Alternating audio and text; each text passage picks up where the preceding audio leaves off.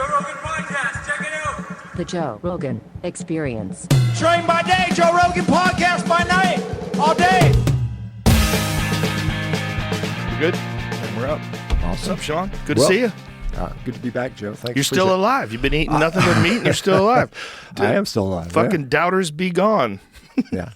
Hey, Joe, before we get started, I just want to say thank you for the stem cell stuff, but also for, just having the conversations that other people are not willing to have. And, I see where they try to cancel you and all the BS and you didn't have to do that, but you let other people have discussions so we're not being censored. So just in case other people I'm sure you've been told that before. Well, thank you. I appreciate that. It's a weird time, man. It's first of all, it's a weird time that a guy like me has a show, which is bizarre. That this kind of, that I'm a source of information in some sort of strange way, because that's certainly not what I set out to do. Just along the line, I'm curious. I wanted to talk to people, including you and this diet. And, I tell people, I'm not strict with my carnivore diet. Like Saturday night I had sushi. But I'll tell you, I felt like shit afterwards. I ate a ton of it. I ate so much. I'm a glutton. But all that rice, I was like, oh. It just makes me realize like how much better I feel when I only eat carnivore. When I just eat mostly meat, I feel so much better. I mean, maybe it's anecdotal. Maybe it's just me and you, maybe and many other people that do it. But there's something to it. But you're an extreme example because you have been doing it now for how many years?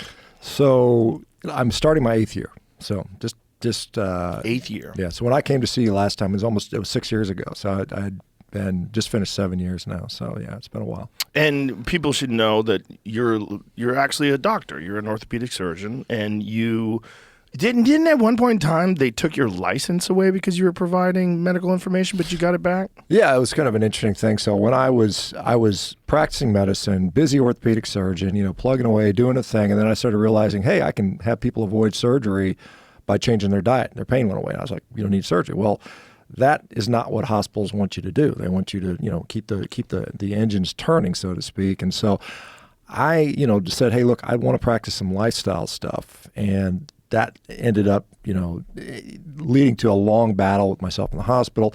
The hospital basically suspended my privileges and went to the state. The state said, hey, you can fight this, in our sort of state medical board situation, or you can get independently evaluated. And I said, well, let me just get independently evaluated because I don't see eye to eye with the hospital. And so that was done. It was like right at the time when I saw you a couple of days before, and they came back and said, there's nothing wrong with you, go back to work. And so I got that, and then I had to, reapply to the board, reapplied for a license. They granted my license, and I've renewed it 3 times since then. So I'm a licensed medical, licensed doctor, but I just, right now I'm not actually actively practicing because I got frustrated with the medical system. I think our healthcare system has some serious problems, some serious conflicts of interest, some serious, I think the incentives for providing what I think is appropriate healthcare is misaligned. And so, over the last few years, so we set up a company, which is called Rivero, and we're licensed in all 50 states. We have physicians all across the country, and we're basically set up to provide what I call actual healthcare, root cause medicine, get people off the medications, actually, try and fix their disease and not just medicate everybody, because we have such a system where everybody's just like, you go to the doctor, here's your diagnosis, here's your drugs, stay on them the rest of your life, which I think is the wrong course.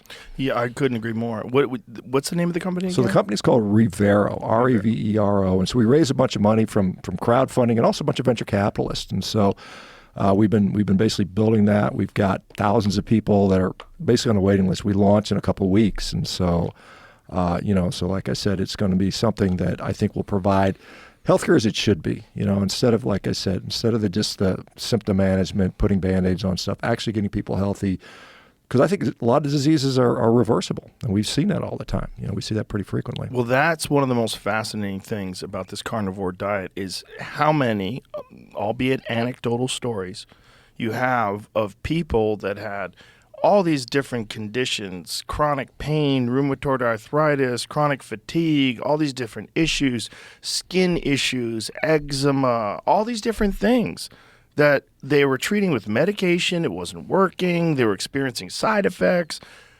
They start eliminating everything from their diet except for meat, and all of a sudden these problems go away. I mean, there's too many of those stories for it to be ignored. Yeah, it's. I've been astounded by the number of just crazy things that have happened, and again, it's not.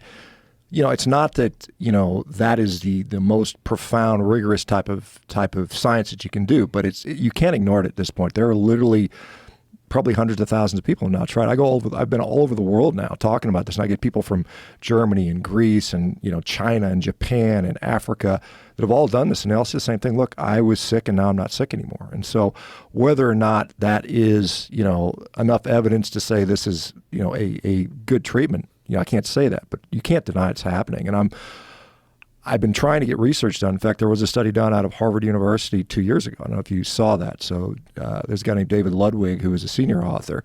And David, I've talked to him. He is the most ethical, just like he does not want any money from industry. He refuses to take anything. He's like, I want to make sure I do pure science. And they did a study and they looked at 2,000 people on a carnivore diet. And basically what they saw was like 95% of the people, significant improvement across the board. Now, the thing that was interesting to me is that diabetics, we had like 225 diabetics in that population. 92% of them came off all their insulin. These are all type 2s. That's insane. So that's 100% came off all these other injectable drugs. There's GLP-1 receptor agonists, which we've heard so much about lately, the Ozempics and things like that. Semaglutide, right. Came off something called a PCSK9 inhibitor. No, sorry, the SGLT2 inhibitors. 84% came off their metformin. So it's just like, this is clearly at least at the very least, a therapeutic tool. And that's how I push this. I don't tell, I wrote a book on this. I didn't say humans are carnivores. I said humans are opportunistic omnivores. If we were living in the Middle Ages and we were out hunting mammoths and all of a sudden, the Ice Ages were out, and we came across a tree full of Twinkies. I mean, we'd I'm gonna eat that. We'd eat it, right? Because we would. But I mean, it's and there's obviously people that eat plants that aren't dead and are doing okay. So we're omnivores, but from a disease, mitigation standpoint, I mean, a therapeutic carnivore diet is tremendously effective. I mean, it's one of the more effective things I've seen across the board. And so, at the very least, you'd say, let's explore that aspect of it because, like I said, there's people that are suffering, and we've got so many people. I know we may talk about vegan, carnivore, all the everything in between, but I think at the end of the day, everybody's eating processed garbage. I mean, we're just eating bullshit. I mean, and that is really one of the problems. And the one thing, and you said this, Joe, when you eat just meat, you're like, I don't want that other bullshit because you're actually satiated. And this is a thing that's, I think, problematic because if you look at, there was a study that just came out now looking at the financial incentive for ultra-processed food. Why do we have this stuff? So you look at the big asset management groups. You've got BlackRock, you've got Vanguard, you've got State Street and Capital, and I can't remember the full names on these, but those guys collectively own huge portions of Nestle, PepsiCo, all these other processed food companies. And they also have significant shares in pharmaceutical manufacturers. So you sicken the population by feeding them garbage, and then you just you profit on their disease. And I think that's what's going on. And I think it's really unfortunate. And I think some people make an argument. Is there a net benefit from feeding more people versus how many people are getting sick? And I think there's a point where the line goes, if most people are getting sick from this and only a few people are benefiting, then you've kind of crossed that line of, is it for the greater good? And it becomes into the realm of almost evil in my mind. Well, I think it started out with just trying to make money. I mean, that's what started out with the processed foods. And I think then they realized, well, now you're selling more medication to these people, so you make more money on top of that more money. I don't even think it's a conspiracy. I think it's just opportunity. I think they just look at profits, and that's what these corporations are established for. Their bottom line is they're supposed to make as much money as they can for their shareholders. Yep. That's their responsibility. Their responsibility is to have like a cute cartoon guy that sells you sugary cereal.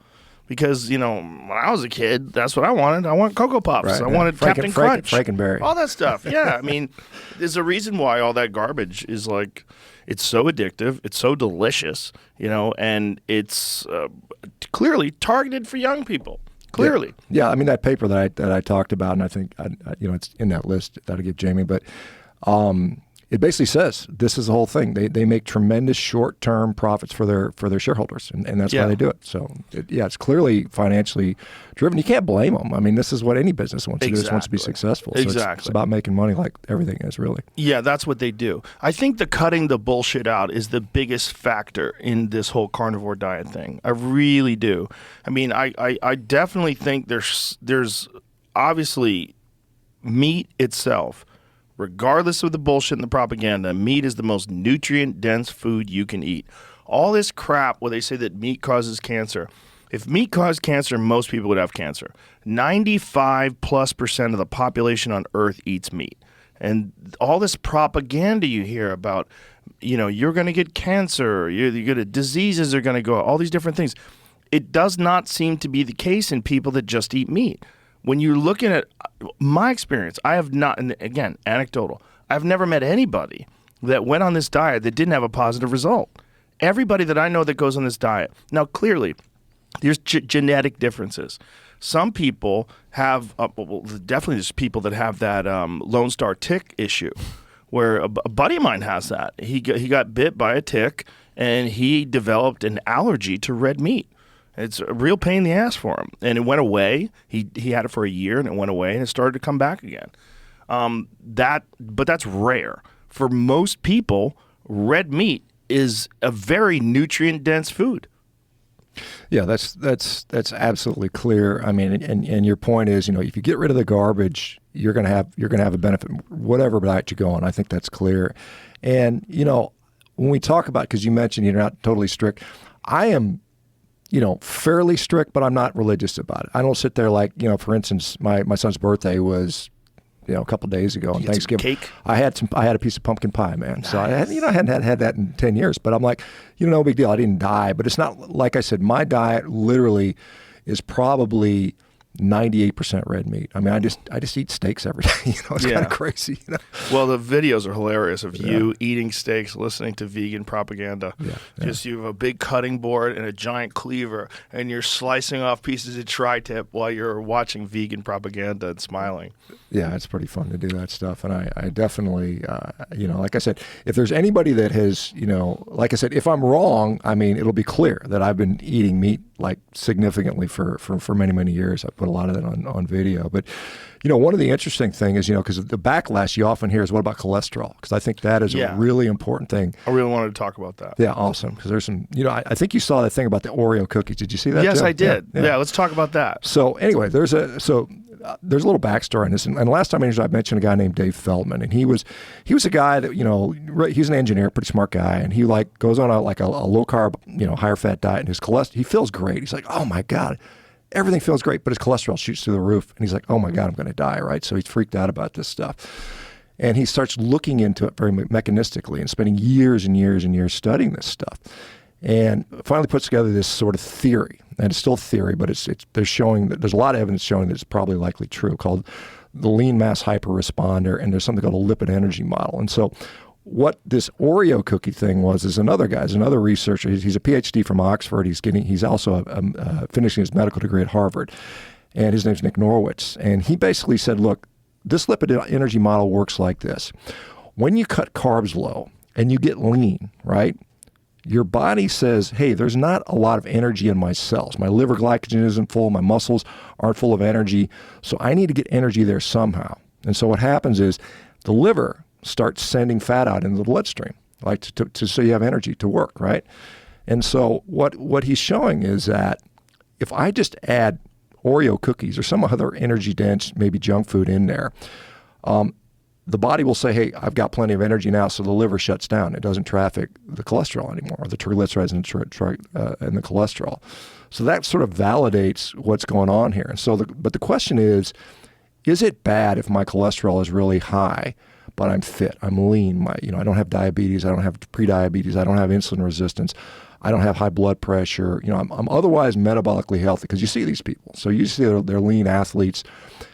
They go on a diet like a carnivore diet or even a ketogenic diet, and they're like, I feel great. It's the best I've felt in years, but my cholesterol's through the roof, so I got to stop. And so that's the real question. So on December 8th, there's going to be a landmark study that's going to be presented by a guy named Matt Budoff, who's a cardiologist out of UCLA. I think he's one of the he's attached to UCLA somewhere. And basically, what they did was they took 100 people, all who have sky-high cholesterol. We're talking like total cholesterol, 500, 600, 700 milligrams per deciliter. It's enough to give your doctor a heart attack. You walk in there with your cholesterol, it's like 600. What the hell? So he's got all these patients. They're that. They are all otherwise metabolically healthy, though. None of them are diabetics. None of them have blood pressure issues. They're relatively lean. And what they did was they did high-level CT angiography, these people, looking really detailed at how much plaque's in their blood vessels. And they're all older guys. They're like average age, like our age, like mid-50s, like mid-late 50s, right? So this is where you'd expect to start seeing heart disease.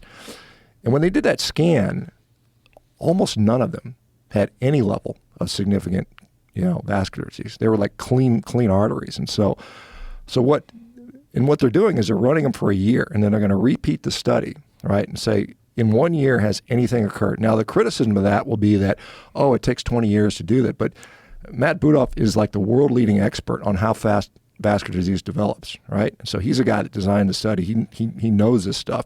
And so he said a year will show us for sure if vascular disease is going to occur. So what they're doing on the 8th is they're showing the preliminary data that shows all these people have almost no heart disease, and they compare it to something called the Miami Heart data set, which is like the perfect data set for if you want to compare what's going on with vascular disease.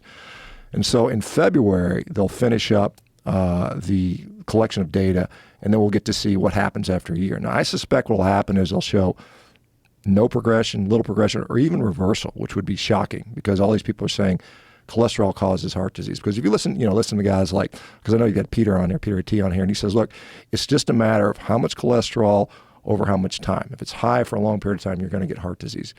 But if this turns out to be what I think it's going to show, which it likely will show, then that throws a monkey wrench in that whole theory, because it's like, wait a minute, maybe it's a dependent variable.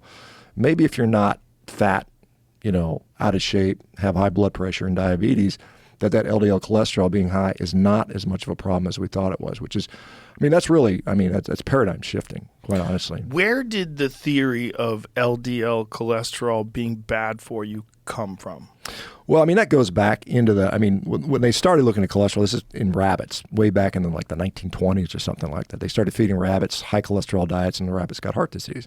Well, rabbits don't really eat high cholesterol No, they don't. diets. They don't really. It's an unnatural diet for them. But they started looking at, the associational data started out back in the 50s when Eisenhower had his heart attack, and everybody's freaking out because, we saw a rise in heart disease, 1940s, 1950s.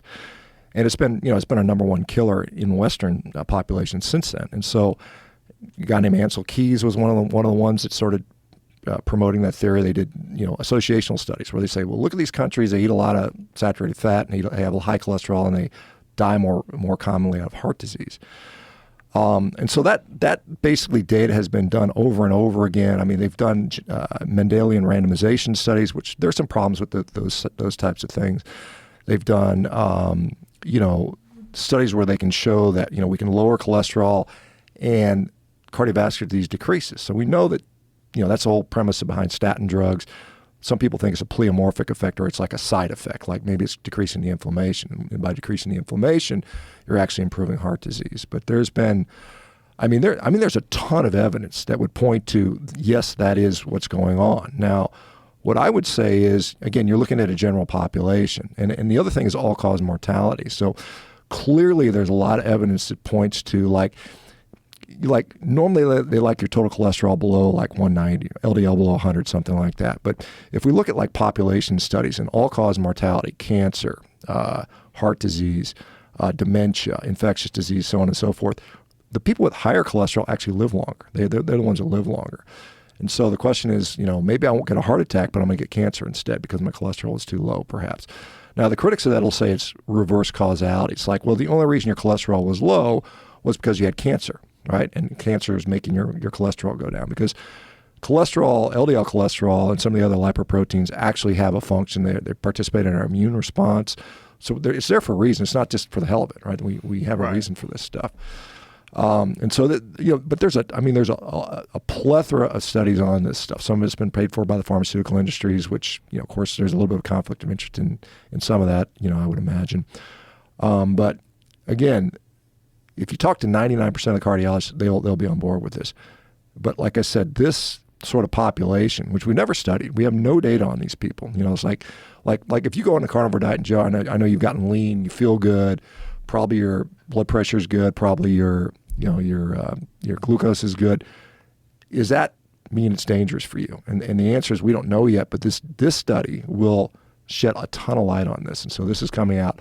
Like I said, the preliminary data December 8th when Budoff presents to the big conference, and then when they finish collecting the full data in February, they'll probably publish that probably spring, summer, something like that. Are you aware of any of the results?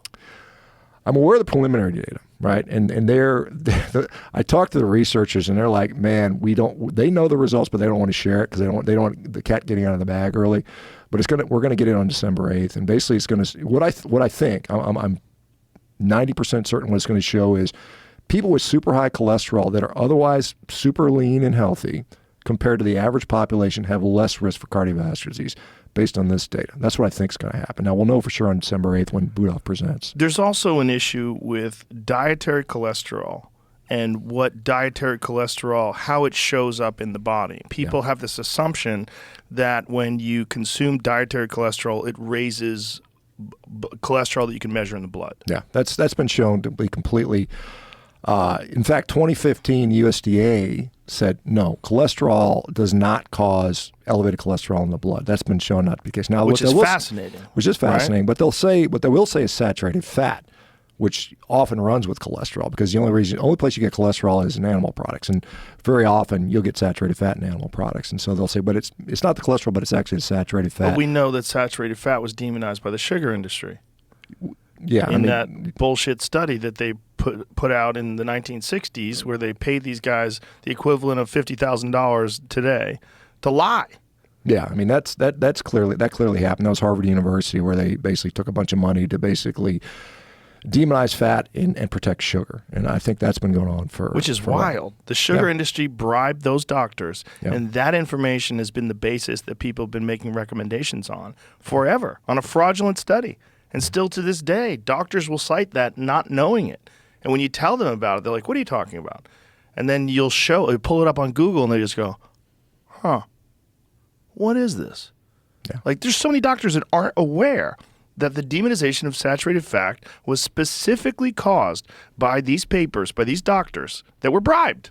Yeah, it's crazy. I mean, it is crazy to think how much, you'd think that science would be a quest to find the truth or to explain the observations around us. But a lot of times, science now is marketing. I mean, it really is. I mean, it's paid for.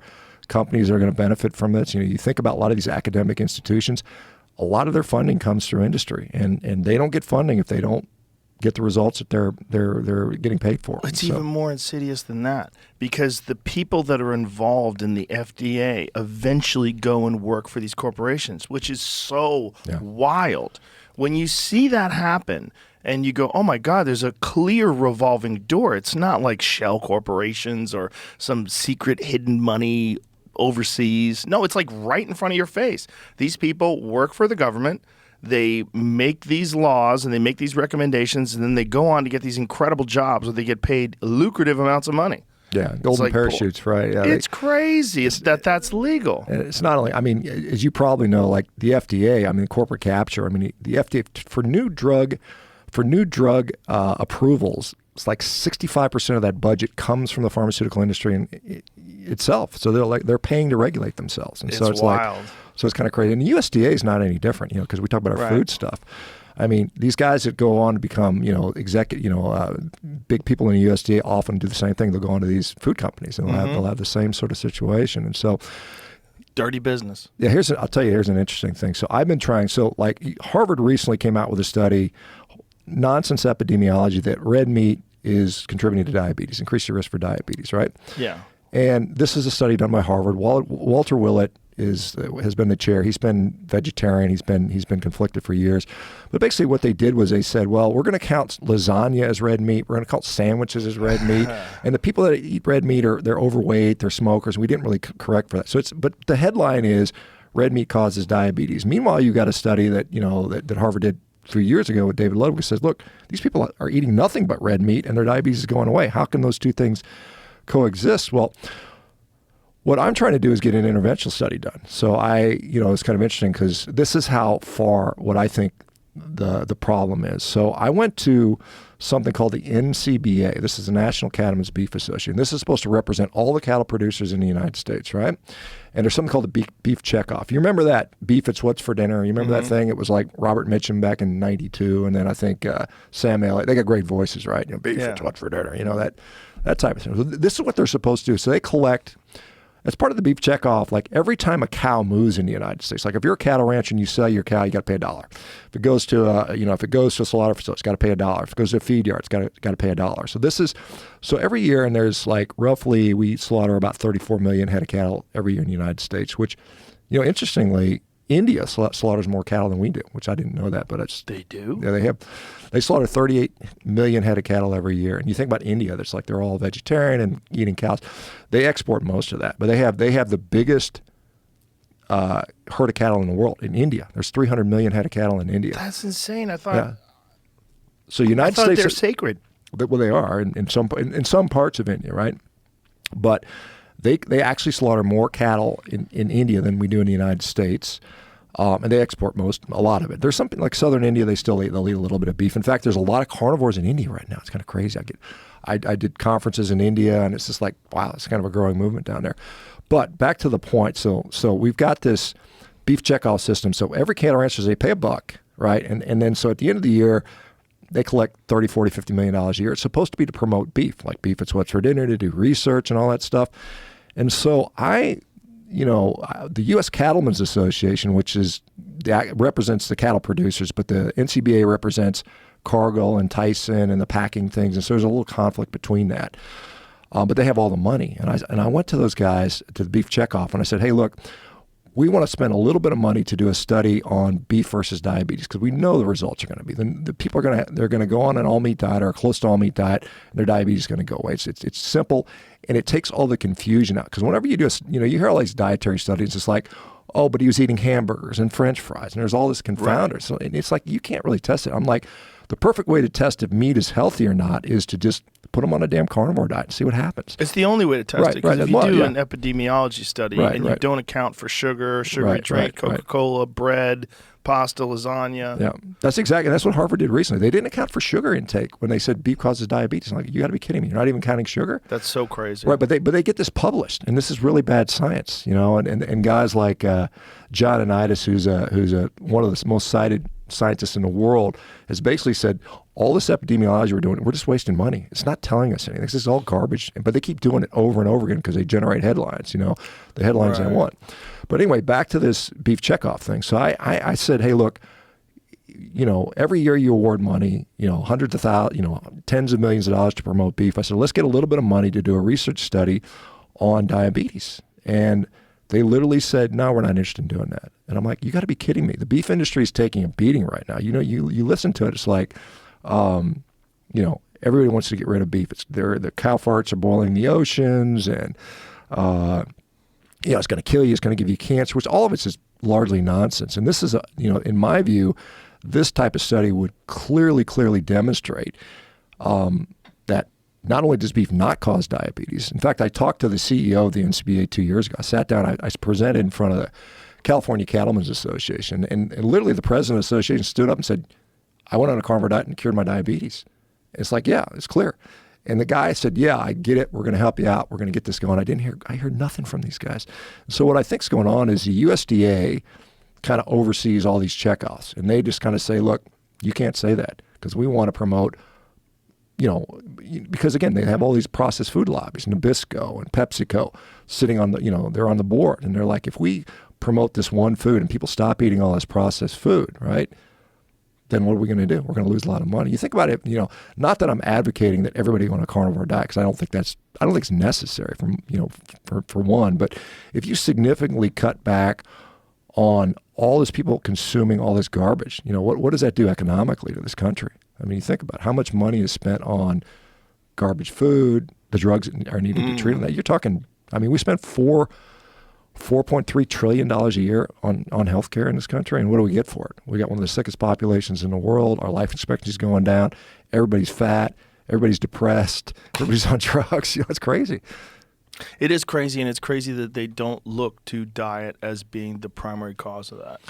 Or if they do, they look to these epidemiology studies that don't take into account exactly what you're eating with the meat. Why is it meat that's always demonized? Well, I think for a number of reasons. One, if you go back to like dietetics in the beginning, like back in 1917, the American Dietetics Association was formed.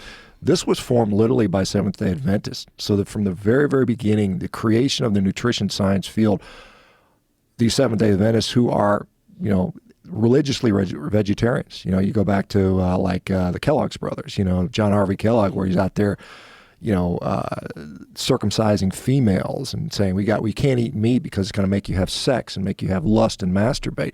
This is all like this religious stuff. And then it got people don't know that, but they should know that he developed this cereal, this bland cereal, to discourage masturbation, which is one of the wildest things I have ever heard. Yeah, that guy was a wacko, man. He was in there dude. He was giving himself like high pressure enemas every day. It was just like fucking 20 gallons a minute enemas because he thought that was really something. Yeah, he was a wacko. He was a really nutty guy. You read about some of his 20-gallon enemas. It was some ridiculous, like super high capacity, like a super soaker on steroids thing. Just are enemas bad for you? Because I've always wondered if your internal gut flora is important, and it is. Isn't that getting washed out? I think to some degree it is. I don't know that anybody's really looked at it from that angle, but I think in some cases, like some people's got some problems with constipation, it could be helpful, but I don't think it's generally a healthy practice for most. But I know there's people that are like putting weird stuff up their butt. Man, it's just kind of like I think it probably feels good. It might flushed out. It might. Well, it also makes you see everything come out of you. I guess I've never done it, but apparently there's a tube, and they look at it. Oh, look, here's your problems. Yeah, it's kind of like these. There's this thing these crazy vegans do where they consume like this charcoal and this jelly and stuff, and they this kind of gruel mix, and then it kind of like fills up their intestines, and they poop it all out, and they say that's clearing out all my intestines. I can't remember what they call it, but it's like there's these crazy videos where they're just pulling all this like gelatinous black stuff out of their butt, but it's like you just ate all that stuff. That's what's coming out of you. It's not. Oh, look, all the toxins. Yeah, exactly. You just ate that, stupid. You just ate the same toxins. People are obsessed with that term, like releasing the toxins. Yeah.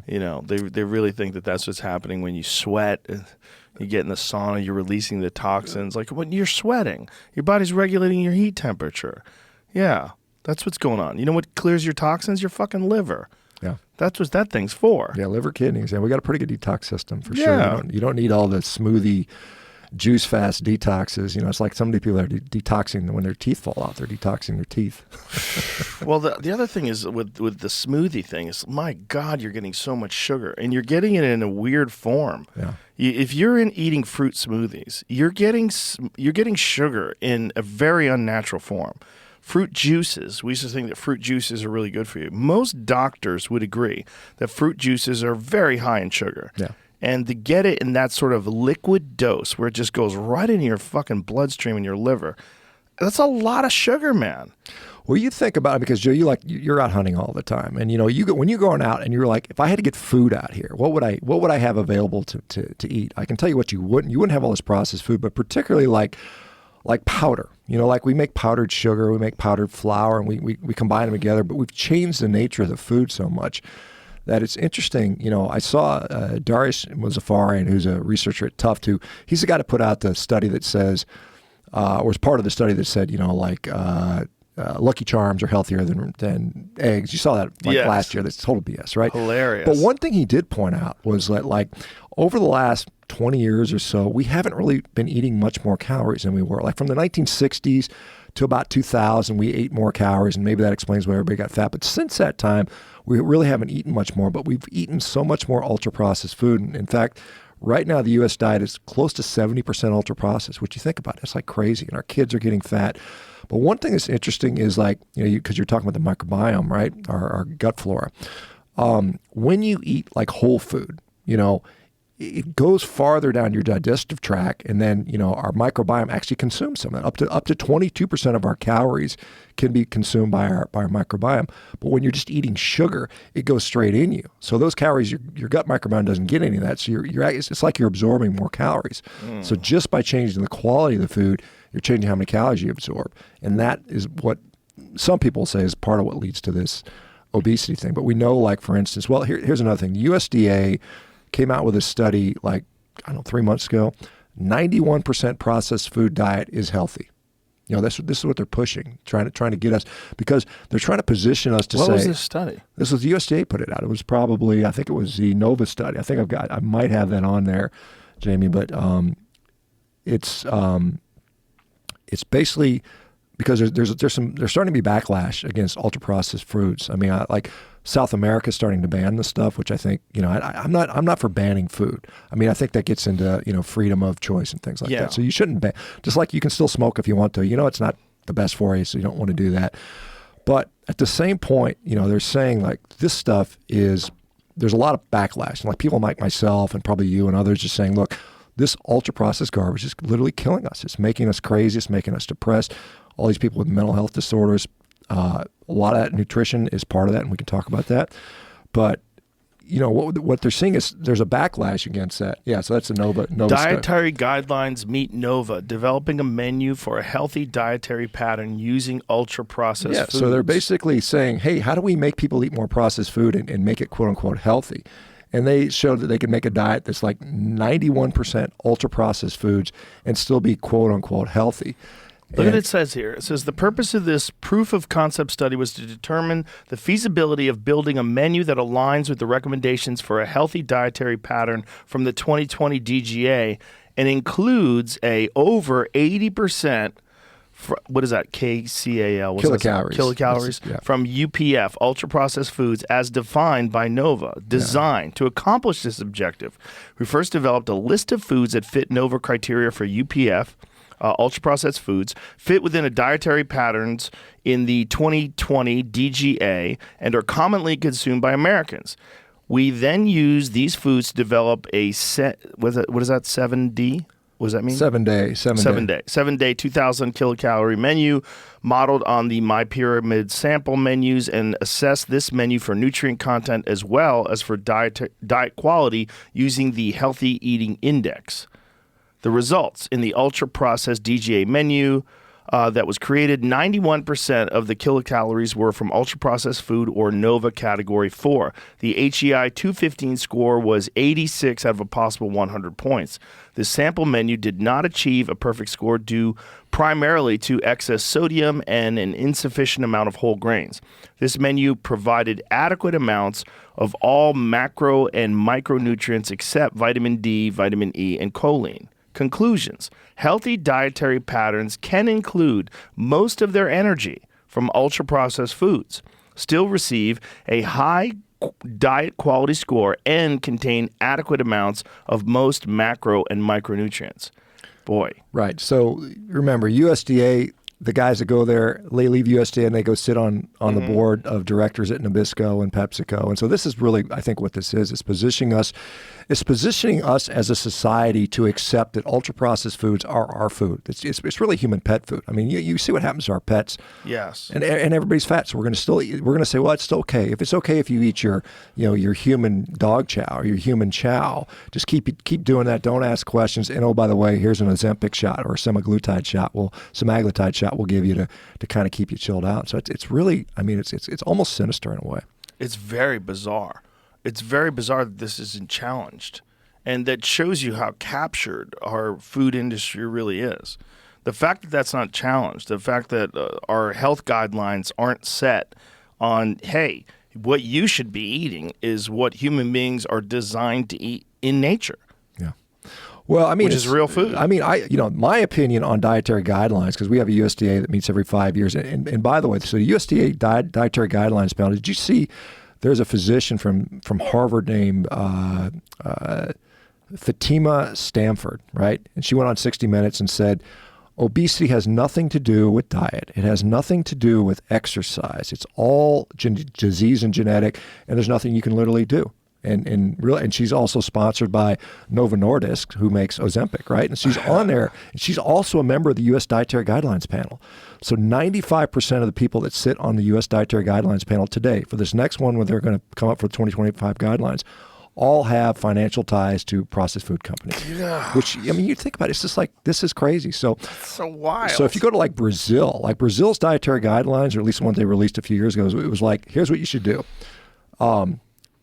Cook at home, don't eat processed foods, and eat with people around that you love. And that is their recommendation, which I think is better than our guidelines because, I mean, if left to our own, I mean, we are now being told we got to eat all this garbage, and it's just making us sick. It's crazy.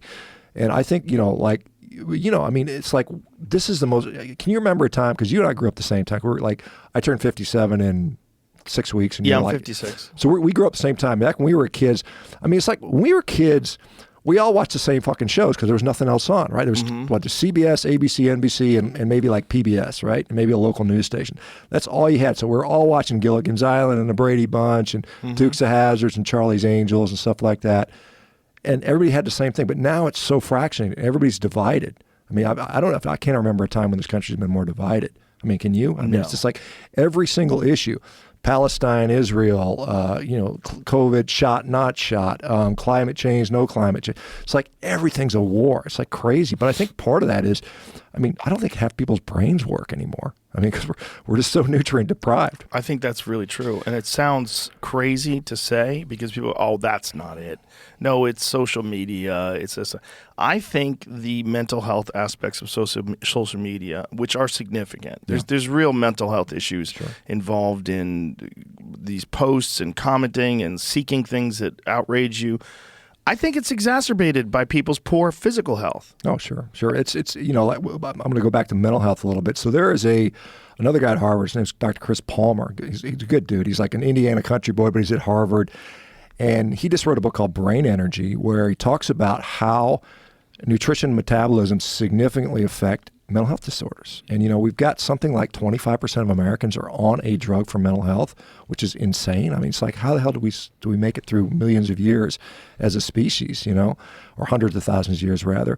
But what they've shown, in one study, they showed that, they took like 30 people that were inpatient, like psychotic, I mean, schizophrenia, manic bipolar disorder, major depressive disorder, and they changed their diet. They put them on, a clean diet, kind of a lower carb diet, and all of them, every single one of them saw a significant improvement in their mental health. And so, but what do we do now? If you go to like rehab, drug rehab, or you put somebody in an institution, they just feed them garbage, and they just keep them perpetuating this horrible. When you go to the hospital, the hospitals are horrible. Hospital is terrible food. Yeah, they give you garbage. They give you little fucking things, applesauce and cheeseburgers. Yeah, they pancakes with syrup and an orange juice and some Jell-O, like the crappy Jell-O that they always give. It's all bad for you. You don't get grass-fed steak. No, not at all. No, it's fiber. This is another thing that always comes up when I tell people that I eat only meat. What about fiber? Yeah. Yeah, so that's a good topic, and so what I would say is fiber is conditionally beneficial. So if you're eating a standard diet, you're going to eat. If you put fiber really is a marker for diet quality, right? So if I'm some poor guy and I'm eating this potato chips and cookies, I don't get a lot of fiber. If I got a little more money, I'm probably buying the fruits and vegetables, probably out of guilt, but it generally represents higher socioeconomic status. Better overall diet quality, and I think it's beneficial in that situation. But if you go like, is it providing anything that I can't get from meat? So there was a study that a guy named Tommy Wood and the other researcher was Mailer. I can't remember her first name, is female. They did a study looking at what happens to the microbiome, because we're always hearing, you need fiber to feed your microbiome, right? You need those short chain fatty acids. You need the butyrate or the butyric acid. Well, they looked at that and they said, look, our gut has incredible metabolic flexibility. And so even in the absence of fiber, you can get the same short-chain fatty acids from protein. You can get it from being in a low-carb state where you have, more ketones being produced, because, the main ketone that's in our blood is called beta-hydroxybutyrate, which is very similar to butyric acid. It's only one, hydroxyl molecule away, and it reverses all the time. So they indicated that we don't need fiber for that particular aspect. And the other thing, there was a recent study, because I see is so many autoimmune conditions. Like I know you've talked to Jordan and Michaela, and you've seen these crazy autoimmune conditions, which I've seen in the thousands now. It's crazy, like Crohn's disease, ulcerative colitis, psoriasis, rheumatoid arthritis, eczema, asthma, anything. That there was a study looking at fiber actually exacerbating problems with rheumatoid arthritis because of its interaction with a particular bacteria called Prevotella coprii, I think, or something like that. And so we're seeing, so high fiber diet synergizes and exacerbates rheumatoid arthritis. So basically, it's showing that, there can be problems with fiber for a lot of people, particularly if they have these issues. And so when people say that fiber is beneficial, what they're essentially saying is that if you have a poor diet, if you have a diet that's rich in ultra-processed foods and garbage, fiber would be beneficial to you because it would help. What does it do? It helps. Well, I think it's displacing the garbage off the plate, right? So if you load your plate up with fruits and vegetables, which I think generally, I'm not a guy that says vegetables are trying to kill you, and nobody should. I know there's other people. It's kind of funny. You talk about cults, and carnivores kind of become a cult, right? And it's not because of me. I tell people, hey, we're omnivores. This is a therapeutic protocol. Use it for as long as you like. If you want to do it for a lifestyle, have at it. It's fine. I'm not gonna. But what I think was happening with fiber in a lot of ways, because this fiber goes back to what's the researcher's name? I'm blanking on his name. He had a cancer named after him. But anyway, from 1920s, 1930s, goes to Uganda in Africa and notices like, oh, these people aren't fat and sick like they are in England. And Dennis Burkitt's the guy's name. And he says, they're eating a lot of fiber. But they weren't eating a lot of sugar, and they weren't eating a lot of garbage like they were in the UK, because sugar's been around since about the 1600s and progressively has increased. I mean, the U.S. right now, it's kind of interesting, like compared to like the early 1800s, the average kid by the age of something like 8 has eaten more sugar than they would have in a lifetime back, 150 years ago. So it's kind of crazy. But by the time they're 8? By the time they're 8 years old, the average 8-year-old has eaten more sugar than somebody would have eaten in their entire life. And that's just the normal kids. You see some of these kids are just like, I got a picture I got to show you. This is so incredible, Jamie. There's a gal before and after picture. We got this food addiction stuff. So I interviewed a gal. She was 800 pounds, right? It's like, how do you get to 800 pounds? It's like impossible. Like I don't think I could do it if I tried, right? Food addict, couldn't stop eating chocolate and ice cream and all that stuff. And this is her. Whoa. She's almost 800 pounds, or 350 kilos, which is the most I've ever deadlifted. So that's kind of an interesting weight. But 22 months she goes on carnivore, right? I interviewed her a while back, and she's now lost almost 500 pounds on carnivore when nothing else would work for her. She told me it was like, I finally found the off switch. She tried Weight Watchers. She tried like gastric band surgery. She tried vegan diet. She tried juicing. She tried Weight Watch. She tried every single thing you could think of, but could never stop. And finally, for the first time in her life, she's like, I finally found freedom from this food addiction. And, recent studies show that that other guy in the hat, this is a funny guy. This guy in the hat right there, his name is, what's his name? I'm blanking on it. Todd. He's a dude out in Montana, right? He was 770 pounds, right? Same sort of situation. Started drinking Cokes when he was 14 years old. I'm doing an interview and he goes, I didn't know who he was. And he starts telling me, he goes, when I was 14, I was 600 pounds. I'm like, what? 600 pounds at 14? It's like, how the hell can you get to 400 pounds? They're poor family, and his mom and sister and everybody in the family was, very obese, and they had tried gastric bypass and it didn't work for them. But same thing with this kid. He's just like, I call him a kid, he's 40. He went carnivore, and for the first time in his life, he's like, I don't need the sugar and I don't need the Coke. He was drinking like 20 Cokes a day or some ridiculous stuff.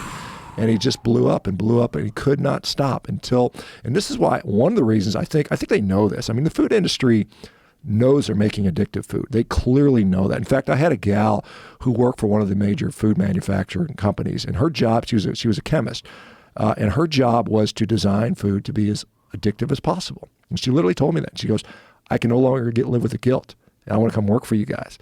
And, she was just so just beside herself. She says she realizes what she's created with this epidemic of disease and suffering. Because these people are suffering. Did you see that movie, The Whale? Did you ever see that movie? I did not. It's good. It's an interesting movie. So it's Brendan Fraser, and he's like 700-pound dude. And it shows he lives in his recliner. He can't barely get up. He can barely go to the bathroom. Refrigerator next to him, and his whole life is in. And this guy did the same thing. He said he spent He said he fasted one time for 40 days trying to lose weight, and he never left his chair. He just sat there for 40 days and didn't eat. Wow. Can you imagine? That's like hell. That's like hell on earth. But now he's going back to work. He's getting out in the field and he's working, doing like electrical work or something like that. But I mean, it's just the sugar in one way. I know there's people out there saying, listen, not sugar's fine. It's all seed oils and stuff like that. But I think clearly there are people that are addicted to either sugar or sugary foods. It's like, because would you eat chocolate if there's no sugar in it? I mean, it's like, that 100% dark is kind of like, have you tried that? Have you It's kind of gross. It is. It's like the only reason you eat that stuff because the sugar's in there. So people say, well, no one's mainlining bags of sugar. But I mean, I know people that have actually done that. I mean, it's kind of crazy. You see these people that are so addicted to this stuff. But they mainlined sugar? I They just eat it out of the bag. It's kind of like they're not shooting like it an IV. They're not like heroin addicts. But I mean, they're like, because there are people that say they'll do that if they can't get anything else. And you just eat a bag of sugar. They'll sit down. Well, the lethal dose for sugar is about like 5 pounds. If you sat down and ate a 5-pound bag of sugar, it would kill you. It would literally cause you to go into liver failure. So there is like an LD50 on sugar. So it is. Over what time period? Just like whatever, maybe a day or something like that. If you just sat down and ate, and some of these people, you see some of these. Have you seen they call them fat influencers, like these body positive? I mean, it's like influencers, but they're fat, right? And they're literally out there, and the processed food companies actually pay these guys, right? They do? Oh yeah, it's the same thing. They're getting kickbacks to promote all this unhealthy behavior and unhealthy food, and they're going through what I eat in a day, and it's like everything. It's like Doritos and cookies and Cokes and all the garbage that they're chowing down on, and we got this the body positivity movement is being funded by the processed food industry. I mean, if you didn't know that, I mean, it's like they've clearly shown directly they're paying these people to do this. The other thing, processed food they're paying dietitians on social media also to recommend processed foods. So it's just like it's clearly corrupt. I mean, it's so dirty. It's such a dirty, but it's like a war against your health.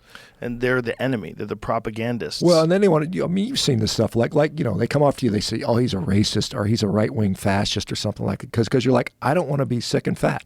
Right. What I mean? That's what they come out and say. It's like there's some article like, working out is a right-wing conspiracy. Do you see that stuff? Yes. It's like crazy. Wild. It's wild because some people will read that, and people that are like extremely averse to being labeled right-wing or being labeled racist or xenophobic or whatever it is, they're terrified of those labels. They don't want that smoke. And so they see these things, and it does affect the way they view the world. Yeah. As ridiculous as it sounds.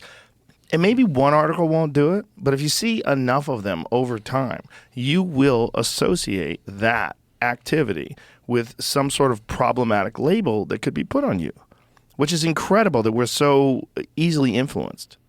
Yeah. Some of us. Yeah, I mean, it's I saw I know you've had Elon Musk on several times. I know he said look, I was a middle of the road dude, and that's me too. I was like, I'm just kind of middle, let people live. I'm not political one way or the other.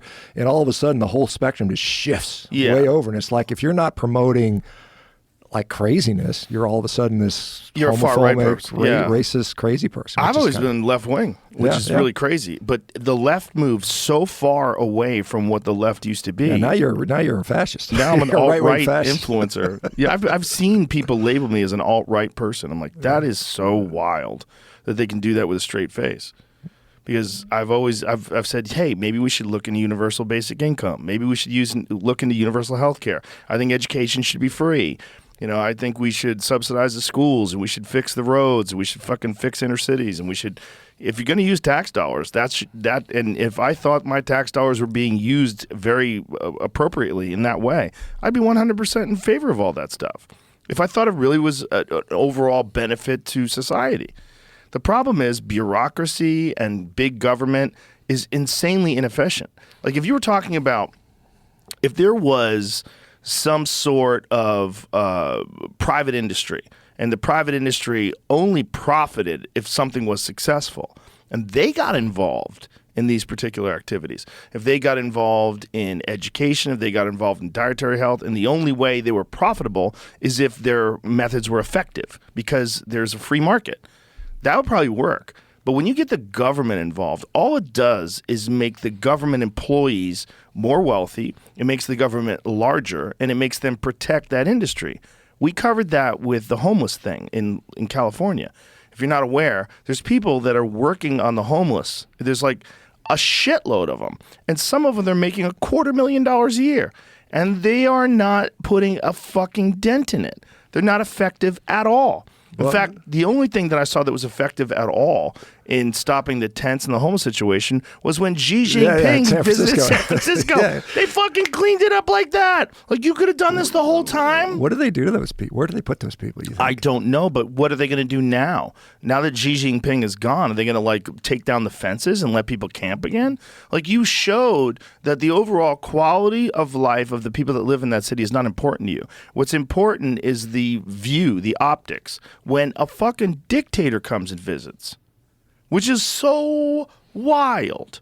Yeah, I saw, the governor, Gavin Newsom. Do you think I think he's going to run for, I'm just wondering, I try not to get political, but I'm just like, what's going to happen in the next election? I mean, is Biden even going to be able to run? I think at this point they kind of have to run him unless he dies. We have 1 year now. We're in November. We're in late November. We have less than a year. Like, what are they going to do? I mean, you could look, if Biden died tomorrow, and then what do they do with Kamala Harris? They're going to put her on the moon? Like, what are they going to do? She's the vice president. So if he dies, she becomes the president, which is fucking wild when you hear that lady talk. Well, what if like Biden says, like, in, I don't know, May, he says, I'm just not feeling up to it. And then they say Kamala's now the president. She's the first female president. And then she steps down at the convention and they said, well, let's give it to Newsom. I mean, do you think that's a plausible scenario? Is possible, but it would be a real problem for people that are Kamala Harris supporters, and believe it or not, they exist. Yeah, but I'm sure the Democratic Party is just like calculating they have to be. How big is this and what's the thing like I think they have fucking no cards. And they're looking at this game, and I don't know. I think they're depending upon party loyalty, and they're depending upon Trump getting convicted and arrested. I mean, and imprisoned rather. I don't know if that's going to happen. I don't think it is. It doesn't seem to. It just seems like it's a bunch of trumped up charges. No pun intended. Yeah, I mean, I'm not a political commentator. I'm not an expert. But it does seem like really like, why are they going after him so hard right now when they could have done it? Like the hotel thing or the valuation of the property from 20 years ago. It's bananas. Right. The valuation of the property is so obvious, so off what it should be. $18 million for Mar-a-Lago, I'd fucking buy it. I'd fucking buy it immediately. If that shit was $18 million and you were the only one that was able to buy it, you'd be a fool not to scoop it up because you could sell it right away. You could get a loan and you could sell that bitch right away for who knows how much. I mean, I think Forbes valued it.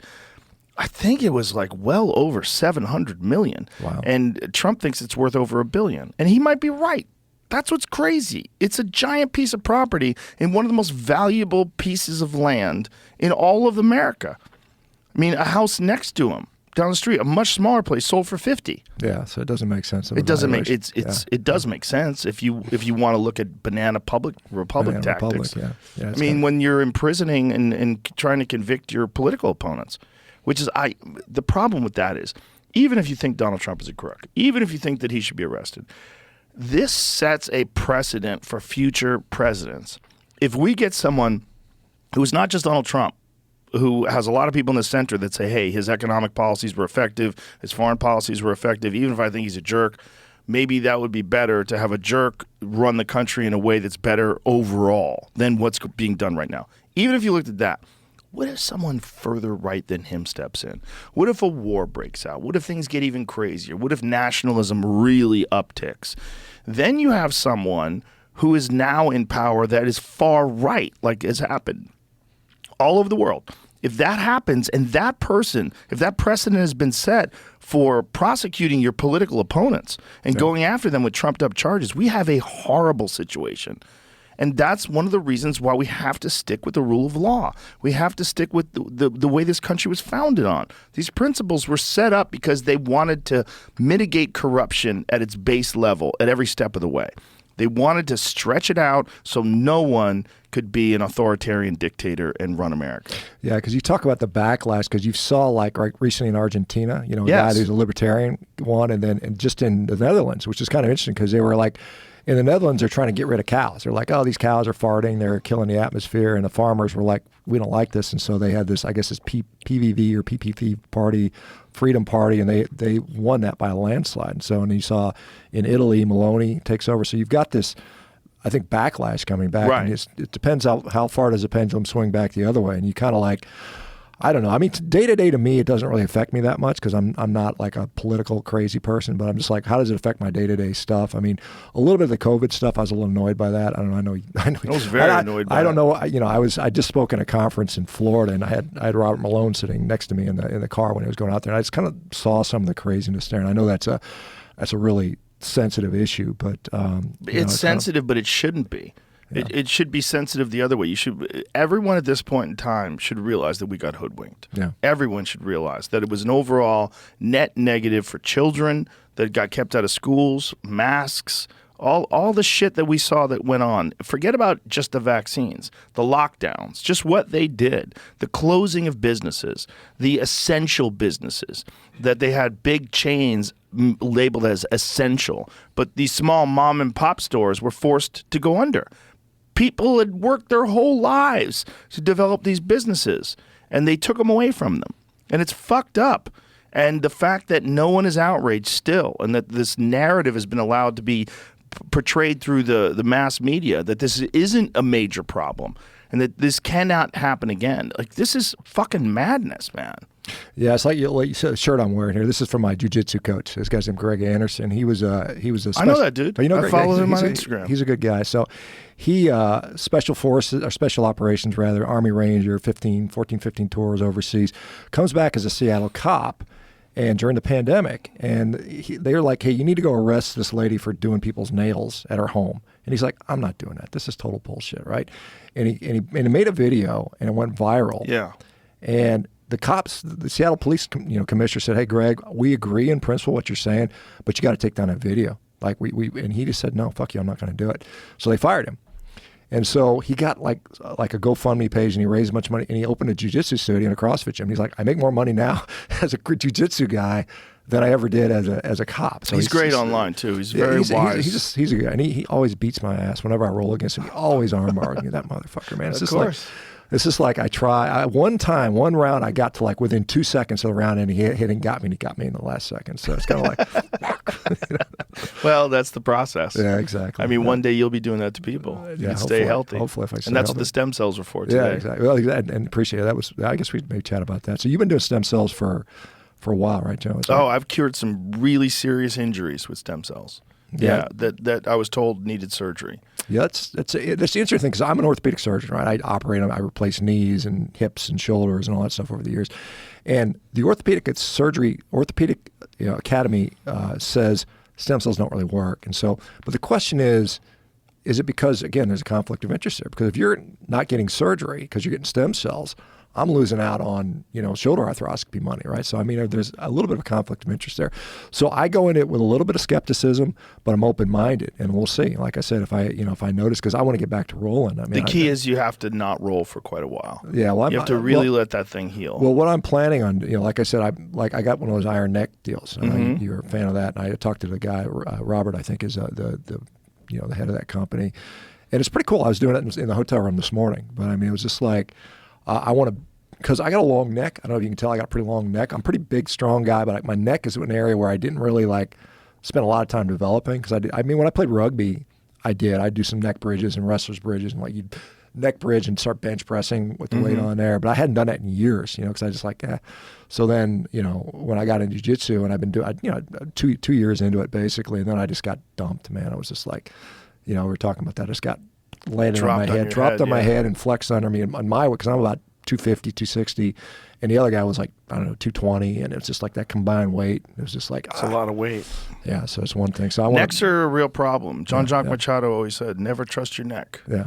So that's so my goal is to make it as strong and as flexible and as bulletproof as possible before I go back. Because I may go back to just doing some drilling and stuff like that, but not the actual live rounds for a while. But you just have to avoid aggravating it while it happens. My buddy Shane Dorian, who's a big wave surfer, he just went down to the CPI in Tijuana, and they could do some wild shit down there. And they inject, because That's part of the problem with it not being completely approved by the FDA is they're limited in their applications. Mm-hmm. But in Mexico, they're not. And so they've had tremendous results. And they inject directly into the discs. Yeah. They put you under anesthesia. They inject you directly into the discs. And they told them, I want you doing anything for 8 weeks. Nothing. Yeah. You're walking. That's it. No, nothing straining. That's hard to do, man. It's hard to do, but That's hard. it's important. Yeah. It's so hard for guys like you and I that work out all the time, but it's so important. And one of the things that I realized, I was getting a lot of stem cells in my left knee in particular. I had a torn MCL, and I just wasn't letting it heal properly. I would get the stem cells, and then 4 weeks later, I'd go back to Muay Thai, and I'd be smashing the bag and kicking the pads. Then my knee would swell up again, and I was like, fuck. And I was thinking, God damn it, I don't want to get surgery. And then I would go back again, get more stem cells, do it again. And then I finally got the stem cells, and I said, okay, I am going to take a year off of kicking. And I didn't do any kicking at all for a year. Now it's back to full strength. Oh, nice. I have no problems with it. I'm slamming the bag, no problems. It doesn't hurt. It's still, I'm missing meniscus in there because I had it scoped in 2003, I believe it was. And so there's a chunk of, I had a bucket handle tear. It was a real problem. It was a nasty meniscus tear that I had. So they removed some meniscus, which can contribute to arthritis if you're not careful. But it just gets a little sore sometimes. But the structure is not, it's not a problem at all anymore. And I did a lot of that knees over toes stuff. You know, that guy's amazing. Ben Patrick, He's amazing. And I love that he puts all that information out there for everybody. He just lets you know for free. He shows his mom doing it. He shows how he had all these knee surgeries and all these problems, and now he can dunk, he can run, he can sprint, do all these different things. So I started incorporating all those knees over toes things, the Nordic curls, the tib bar raises. My knees are significantly stronger than they've been in years.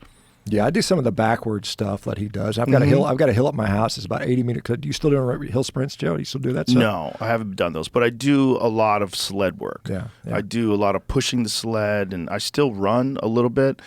I do. I have one of those treadmills that is self-propelled. Yeah, like an arc one. Yeah. Yes, those are great. Those are great. I've got one in the garage. Because you're on the ball of your foot. It's it's fairly cushioned, and that doesn't irritate me at all. Yeah, it's supposed to sort of, I guess, provide better feedback for correct running technique. I suppose. Yes. It's like the Assault Air Runner is one I've got at home. And it's, I think that's what I have too. Yeah. And it's supposedly I think it's 13% more difficult than running regularly. Yeah, I've heard it's a little harder. Yeah, so it's nice. So it gives you real good cardiovascular benefits, and it doesn't hurt my knees, and it doesn't fuck with me. Do you run sprints, or what do you do kind of run? I mostly just do distance. Yeah, I'll do time and keep my heart rate at, in the high 140s, something like that.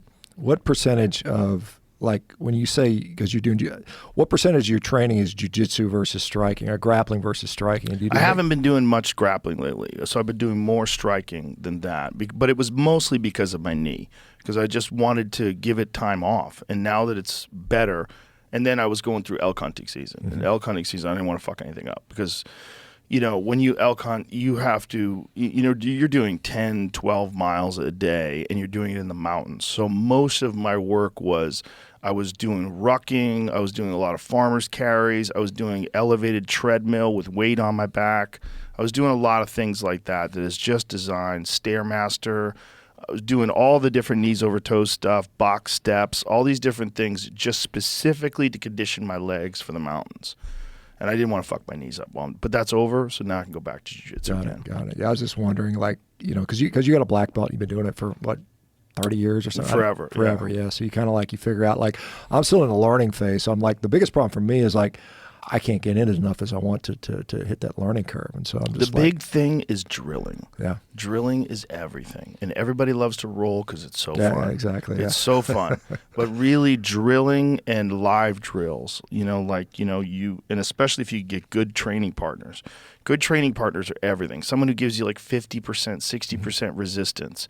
And then you go through a pass phase, you go through a guard pass phase, or you go through a back mount phase, whatever your routine is that you do. Just fucking do that over and over and over and over again. I made my biggest leaps when I was a blue belt because I'm good friends with Eddie Bravo.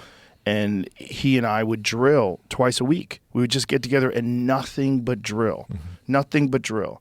And it made massive leaps in my improvement because I was conditioned to hit those. My body knew what, just like tying. He would describe it like tying your shoelace. You don't even think about tying your shoelace, right? You get it. Once you know how to do it, and you just whoosh, bing, it just does that. You want that with your jiu-jitsu techniques. And the way to get that with your jiu-jitsu techniques is to drill. Just drill over and over and over again. And then practice on white belts. Yeah, that's what I like. Because I find because I'm still a white belt. I mean, because I don't go as much, but I mean, it's just like when I go to another white belt, it's like war, man. It's just like you want to kill each other. You know? Right.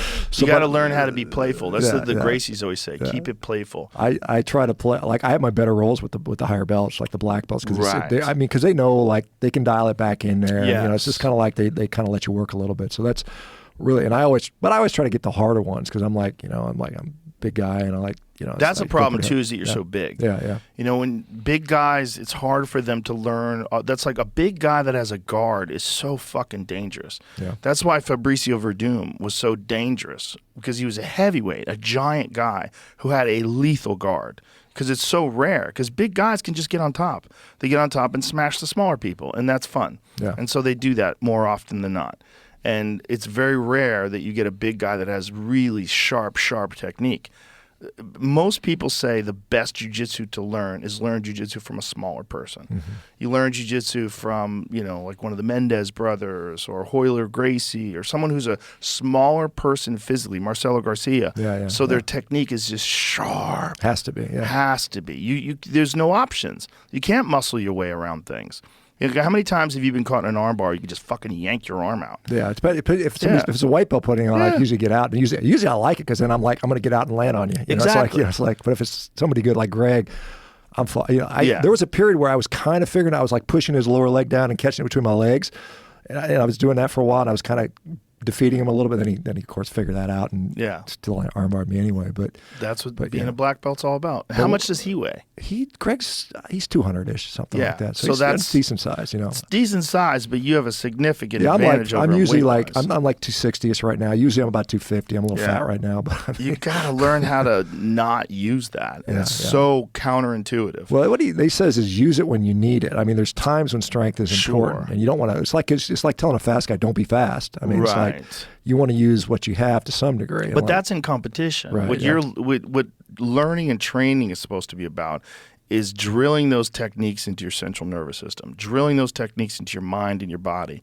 so that when the opportunity arises, like when you hit an arm drag, your body immediately knows what to do. It's just instantaneous. Yeah. It's not like, oh, okay, I got the elbow and I pull. Now what? It's just, yeah. I mean, that makes total sense because it's like, it's kind of funny. Before I hurt my neck, I got all these Danaher videos. I'm like watching. I'm like, because John is like, he's funny. I mean, it's just like you listen to him talking on his videos, and he'll just say something off the wall. It's like, it's like when you're if you're hanging out at the strip joint last night. I'm like, what? It's like, he throws these funny things in there, and he's such a good he's such a good guy at describing what you're supposed to be doing, what you're supposed to be thinking, why you're doing it. And I enjoy that. But again, then you go to a live roll, and you're like, wait a minute. It's changing too fast for me to keep up, and you can't really picture that. That's why out. Drilling is so important. Yeah, drilling is everything. When you meet guys that drill versus guys that don't drill, it's a giant leap in their improvement. The guys who drill. Another thing that really helps is teaching. When my friends who realized that they really loved jiu-jitsu and they started teaching lower belts to make a living, they didn't want to do their job anymore, so they got a job teaching private lessons. Those guys got so much better. Yeah. It's really incredible. It's extraordinary, the leap that they make, because they're concentrating on the basics and they're explaining it to people. So when they're explaining these things to people, it's like cementing it in their mind, like really carving those grooves deeply in their mind and their body, so their body knows exactly what to do in those situations. Yeah, we used to have a saying in surgery, see one, do one, teach one. I mean, it wasn't exactly that, but I mean, if you could teach it, then you really had it down. And that's 100%. That's when I got really good at martial arts, when I was teaching. When I was a kid, I started teaching very early on. My instructor realized that I had some potential, so he told me at like a very young age, I think I was like 16 when I started teaching. He said, look, we need someone to teach white belts. You're good and you're very dedicated. If you teach, you can train here for free. So I was great. I was like, this is awesome. Now I don't have to pay dues. All I have to do is show up and teach, which I love to do anyway. And it helped me. It made I got big leaps in my improvement from teaching. Yeah, that makes sense. You know what really shocked me is because doing this carnivore stuff, a lot of people are reaching out to me, and I had the first time I met a professional MMA guy. His name was Georgie Karkanian. He fought in Bellator. And he goes, very good fighter. And he goes, "Hey, would you mind if I came to your house and trained?" I was like, "Yeah, sure, come on over." And he's such an I was like, "This is a killer. These guys are assassins. I mean, their job is literally to beat people up, right?" The nicest people I've ever met. I've been amazed at how just super nice all these guys are. I've met a lot of them now, and it's just they have like, nothing wow. to prove. Yeah, I mean, it's just like that's the one thing. One of the reasons I like about jiu-jitsu is like it puts the rest of your life in perspective. You know, you go there, and literally like someone's literally like trying to kill you. If they choke you to death, you'd be dead. If they like continue, you would literally die. And so you're fighting for your life, and then the rest of life is like, well, at least I'm not fighting for my life. So right much now. easier. Yeah, it's the hardest thing you do is always the hardest thing you do. Yeah. If the hardest thing you do is parallel parking, like I can't do it. You know, it's like it becomes a real issue. But if you're used to jiu-jitsu, the rest of the life is easy. Right. Yeah. You know, you're just trying not to get your arm broken. You're trying not, you know, like literally. I mean, how many people are running around all day where multiple times a day you're trying not to get your arm broken? Right, yeah. It's pretty rare. But in jiu-jitsu, it's insanely common. Yeah, it's like 10 times in half an hour. Somebody's trying to break my arm. It's such an insane stress reliever. And it's a moving form of meditation because it's so engrossing and it's so all-encompassing. All your thoughts are on that movement at that time. If you're training, you're rolling, all your thoughts are completely locked in. You're not thinking, fuck my electric bill, I forgot to pay it. Yeah. Oh my God, I got to do this. And what about the end of the month, I owe taxes. You're not thinking of any of that shit. Yeah, if you're thinking any of that stuff, you're quickly going to be choked. Yes. Right? It's just like, it's kind of funny because, and this is trying to explain that to like, my spouse is like, she sees me coming in, my face is all scratched up, I got black eyes. She's like, why the fuck are you doing this stuff? It doesn't compute to her, but I'm like, it's so fun. It's just like, it's so...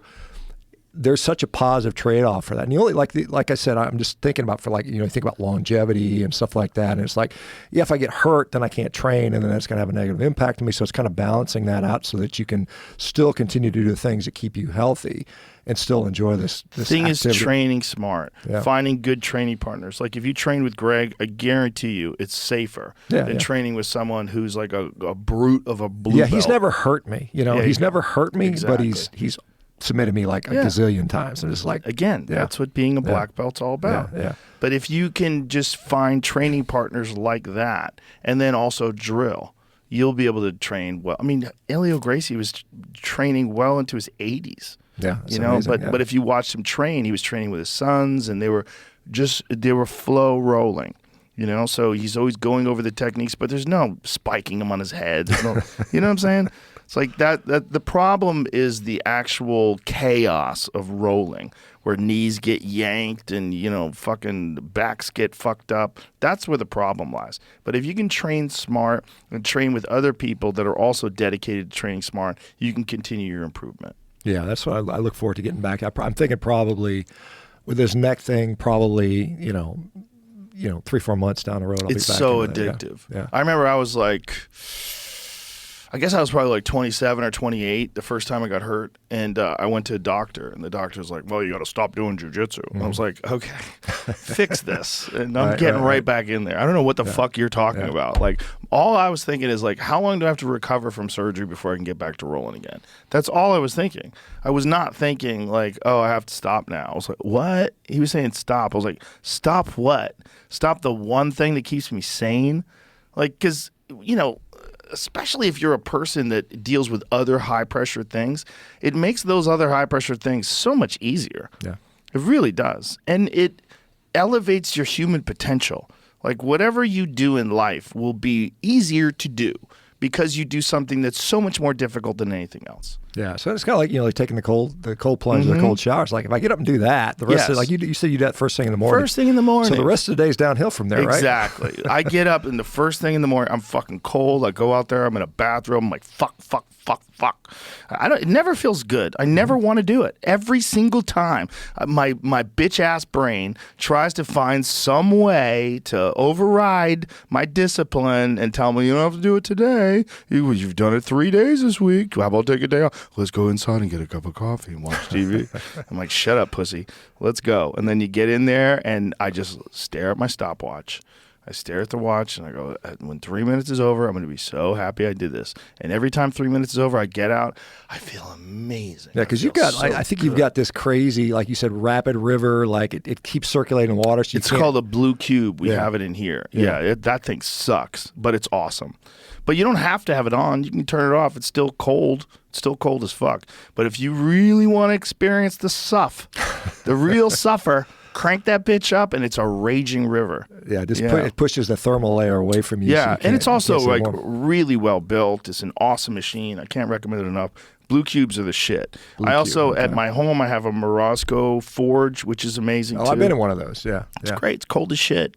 The whole thing is just suffering. Yeah. The whole thing is getting your body to adapt to this insane environment, making more brown fat, elevating your cold shock proteins, and also ramping up your dopamine in a significant manner. When you get out of there, your dopamine ramps up for 200%, and it's like that for hours. Yeah, I remember. I can't remember. Like when I used to do ice baths, back way in the day, and I would sit in there for like 30 minutes. I mean, it wasn't as cold as it was, but I'd get out and I'd be euphoric. I mean, I would literally be like euphoria. It was like I'd shiver, but I'd be like, it was like I was happy for like hours after. It was weird. That's what it is. Yeah. I have a group of comedians that I'm running on like a little comedy, like a comedy training boot camp. Get them on Carnivore too, right? I am trying. Yes, they're going to do it in January. Okay, cool. I'm working them up to it now. Yeah, World Carnivore Month, which is when I first did it. Yep. So I've got them now where they're cold plunging after workouts, and eventually, like within the next couple of weeks, we're going to start with the cold plunge. That's next level. That's when it gets hard. Then I'm saying, look, we go through. I start them off. Every workout starts out with 100 bodyweight squats, 100 push-ups. We do, and I tell them if you can only do 5, do 5. You don't have to do 100. Like I'm doing sets of 20. If you want to do sets of 5, do 5. The most important thing is we want to build a base. So if you get to like 5 and you're struggling, stop right there.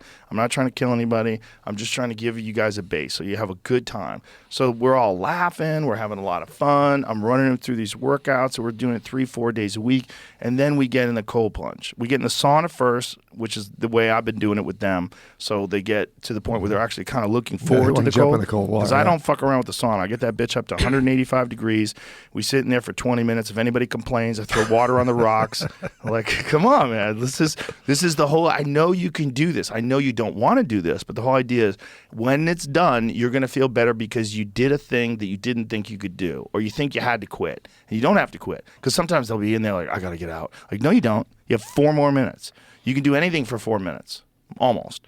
But just fucking concentrate. Concentrate and relax and just deal with it. Count to 10 and then count to 10 again and then keep doing that. And eventually it'll be 4 minutes. Just do it. And then afterwards, I get them in the cold. And when I get them in the cold, they get out. They're like, oh, my God, I feel amazing. I go, don't you feel great? So by doing it this way, where I'm just introducing them first to body weight exercises, then to very light kettlebells, like 12-pound swings, cleans presses, some windmills. And then I've got them doing renegade rows, a little bit more difficult. And then now I've got them doing, like the Rogue glute ham machine. So I've got them doing like those sit-ups where you hang low and come all the way up. I'm like, if you only do 3, do 3. And I'm doing sets of 15. You don't have to do what I'm doing. Just do, because I built up to this.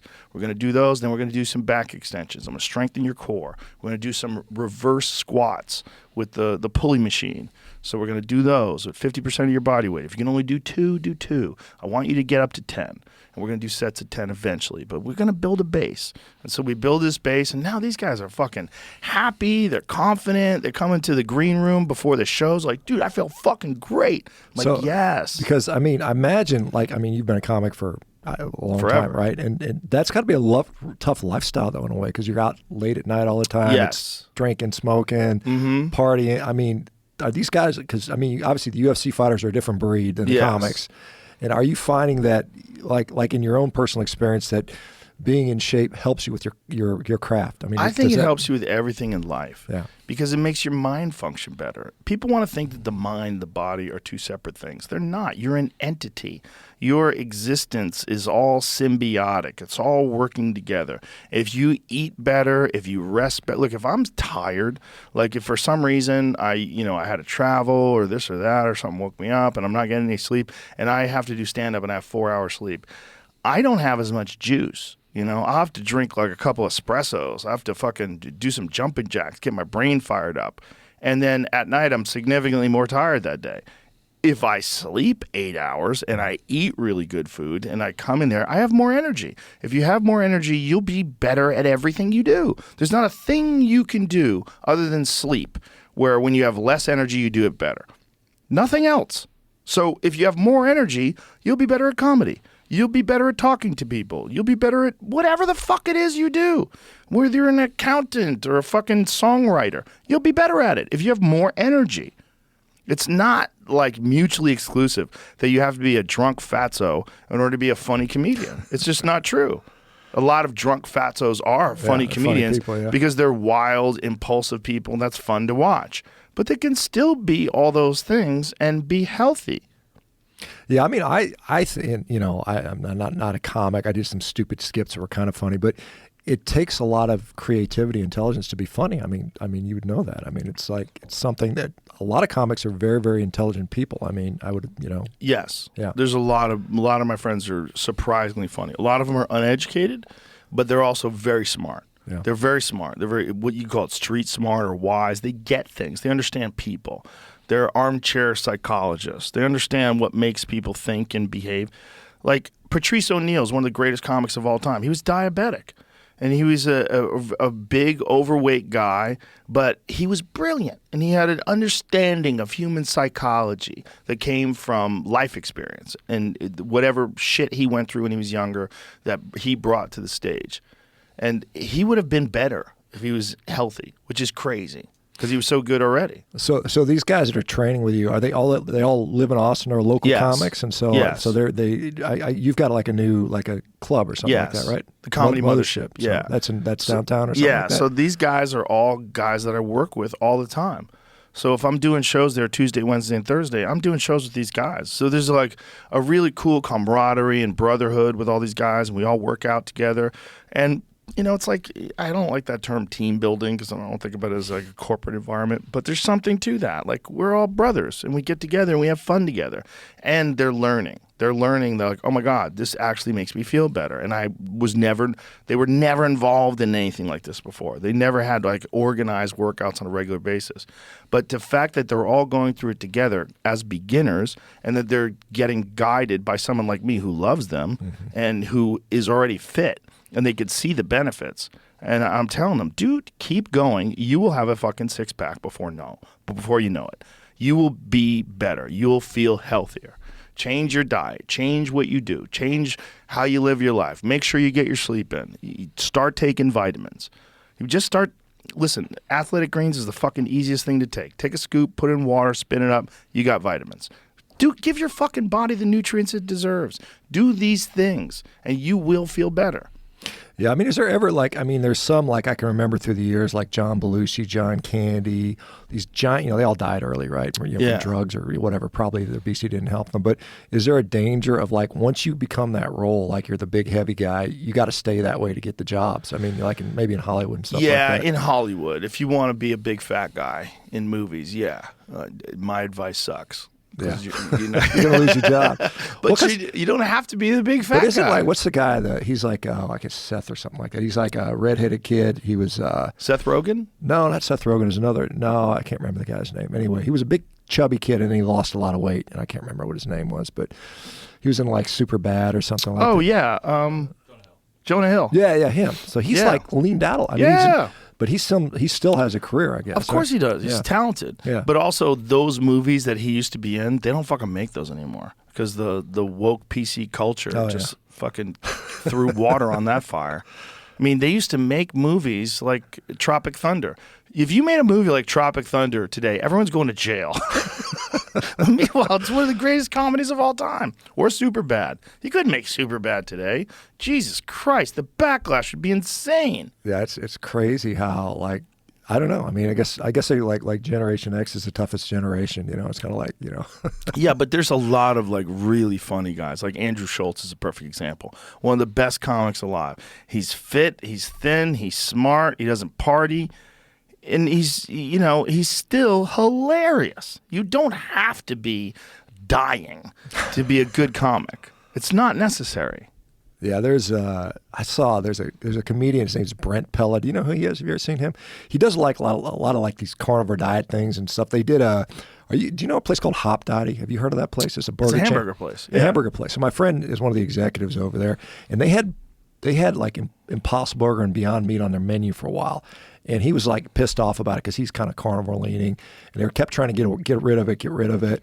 And I think one of them paid like $1 million to keep it on the menu. It was like ridiculous. They were just, obviously forcing this on the population. And Beyond Meat is just like tank. Nobody wants that stuff. Isn't it crazy how the that stock happened? went from like $250 like 3 years ago, now it's like $5. It's like, Not only that, they're fucking getting sued. Like people that were shareholders are suing them. Oh, and it's like so. Hop Dottie made a video like we're getting rid of Beyond Meat, and they threw it in the garbage. And this comic Brent Pella making this funny little, it's like a 3-minute funny video, and Beyond Meat actually sent them a cease and desist, stop making fun of us. Which was hilarious. How can you say that? I don't know. I guess they did. I mean, they said, "See, don't make fun of us anymore." How can you send a cease and desist for making fun of something? That's what they did. It was just funny. So yeah, I don't think you have to obey that.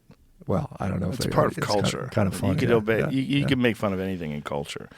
It's in America. You see what they're doing in what is it? Ireland. Ireland is they're trying to pass some law where if you have memes on your possession, so if you have something in your possession that could be used to marginalize or incite violence, which is very open-ended, like something funny could be used to incite violence in their ridiculous ideology, that you could be arrested for that. Yeah, wasn't there a guy that was sentenced to jail for having a meme about Hillary Clinton recently? No, he created a parody meme about Hillary Clinton, and he went to jail for it though. Something happened. It's like crazy. I don't know if he went to jail or if he was convicted of something. I don't know what the sentence was, but yeah, and this was because they were, what were they saying? That was like, Jamie will find it, but it's something egregious because it was a very subtle parody where you could say that this was just not true. These are falsehoods. So here it is. Man who spread misinformation on Trump's behalf, sentenced to 7 months. The man, Douglas Mackey, spread internet memes meant to fool people into not voting for Hillary Clinton in 2016. So what were the memes? Let's find out what the memes were. Okay, but let's find out what the thing... Evidence. Hold on. Scroll up a little bit. Evidence showed that the participants discuss generating interest in emails stolen from the Clinton campaign by Russia, portraying Miss Clinton as a warmonger, and promoting the claim that she had cheated during the primaries to get supporters of Senator Bernie Sanders to hate not just Hillary, but the Democratic Party itself. Mr. Mackey pushed the hashtag Write in Bernie, hashtag Write in Bernie, evidence showed, and stated that women and naturalized citizens should not be allowed to vote. He also wrote that black people were unintelligent and gullible and suggested spreading a hashtag never vote in black social media spaces. Yeah, but here's the thing. Like, this was all parody. I'm 90% sure. Let's find out what he actually made.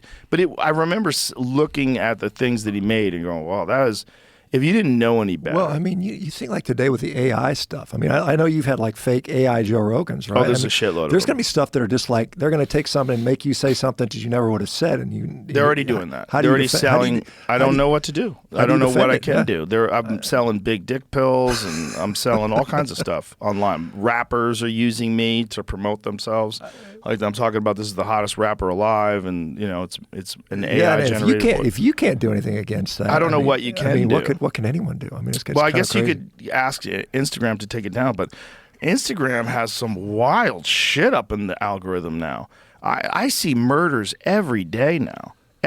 Tom Segura and I have this thing where every day we send each other the worst shit that we can find, and because of that, my algorithm is now conditioned to show me the worst stuff, things. yeah. Oh my God! Like every day, it's people getting pulverized. Well, yeah, but they're banning, like, I saw Chad Mendez. You know Chad Mendez, the UFC guy. Yes. They took down his hunting photos. They're Yes. saying you can't put up hunting photos. Yeah. You're showing murders and all this other crap on there. It's crazy. Well, I think they're doing it from these like really sketchy accounts, and they just make thousands of these accounts. Post that up there. It says Twitter user convicted for false voting information, not Hillary Clinton memes. Fact check. Okay, but this is like USA Today. Who are the fact checkers? Oh, USA Today. It's just fucking mainstream. Go back to that, please. Oh, sorry, the pop-up ad popped up. So scroll down, and what is it saying? Instagram post direct link. Scroll back up so I can read that. Includes a screenshot of post on X, formerly Twitter, that claims social media user is being imprisoned for political memes. Breaking: Twitter user Douglas Mackey sentenced to 7 months in prison for being found guilty of election interference for making memes disparaging Hillary Clinton, reads the post, which links to a post-millennial story making the same claim. It received more than 70,000 likes in 2 days. Another version of the post, shared on X by right-wing commentator Dinesh D'Souza, received nearly 1,300 shares. And scroll back down. Okay, R rating false. Making memes disparaging political figures is not illegal. Mackey was sentenced for posting memes that encourage Clinton supporters to vote via text message, which is not a valid way to vote. Let's see if we can find the memes. Well, I mean, it has a link for it, but okay, but no, that's a direct link to something that said he was sentenced to prison for political commentary. Generally would have the meme in these posts though, so that's why. Yeah, does it? I mean, we have to check. Let's see. You were going to Gulag? No, that's them doing that. That's different. Let's see if we can find what his memes were that he made. Douglas Mackey memes. See, there they go. Okay. I mean, that's not really a meme though either.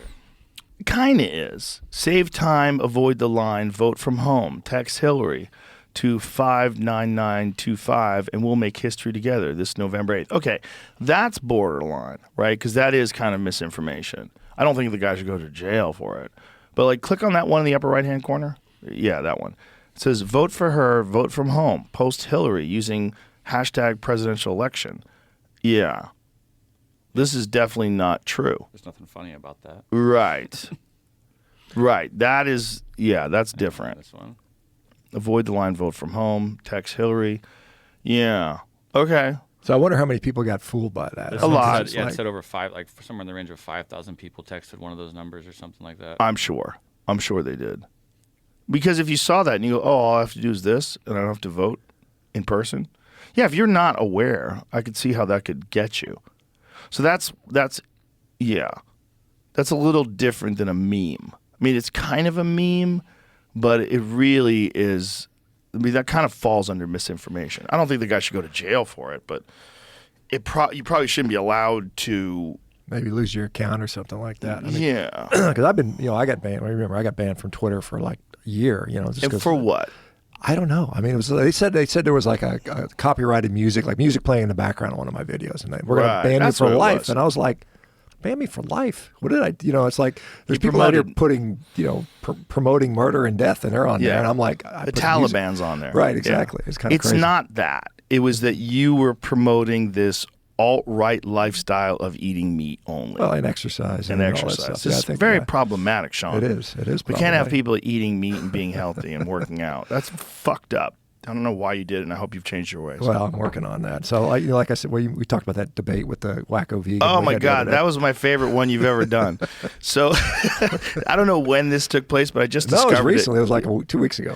I just discovered it a couple of days ago. But you are debating this guy, and you, by the way, you played this brilliantly. Where you just had this like little smile on your face, and you let him talk. And this guy was saying that you've never met a vegan like me. Not only do I not think that you should eat meat, because you were talking about the animal kingdom. What about the animal kingdom? Like in the he was like, oh, I don't think the animal kingdom should exist. Right. I think we should replace it with human infrastructure. He was saying that he thinks that all animal predators and prey, that's all problematic, and we shouldn't have any of that. So he's for eliminating all animal life. Yeah. Yeah, it's kind of bizarre. I was just like, I don't even have to say anything. It's not even a debate. All I got to do is just let you talk for like. By the way, where does this motherfucker think fertilizer comes from? How are you going to grow your vegetables? Like, what are you going to do? He doesn't care about that. He said basically, I don't care if you kill billions of creatures to grow avocados. It doesn't matter to me. That's fine. Even if they were, he said, he went as far as say is even if they were humans you were slaughtering to produce crops that I ate, it's fine. But if you feed it for a cow and then kill the cow, that's a rights violation. That's a problem. I'm like, and then he said he won the debate because I said, I probably wouldn't eat a Homo erectus. Like he said, well, if we could bring back something as close to human Homo sapien, but not exactly, you're trying to get me to say it's okay to eat humans, but that's the only. That's how he won the debate. That's how he claims he won the debate. So if you say I don't think you should eat orangutans, right, then he won. Then he won. That was the whole thing. It was just bizarre. It was funny. I mean, it was hilarious. But he's in a cult. Whether he realizes it or not, he's in a cult, and this cult is not. It's not based on any objective assessment of the reality of biological life on Earth. It's just not. It's like to say that you think all animal life should die. Are you including insects?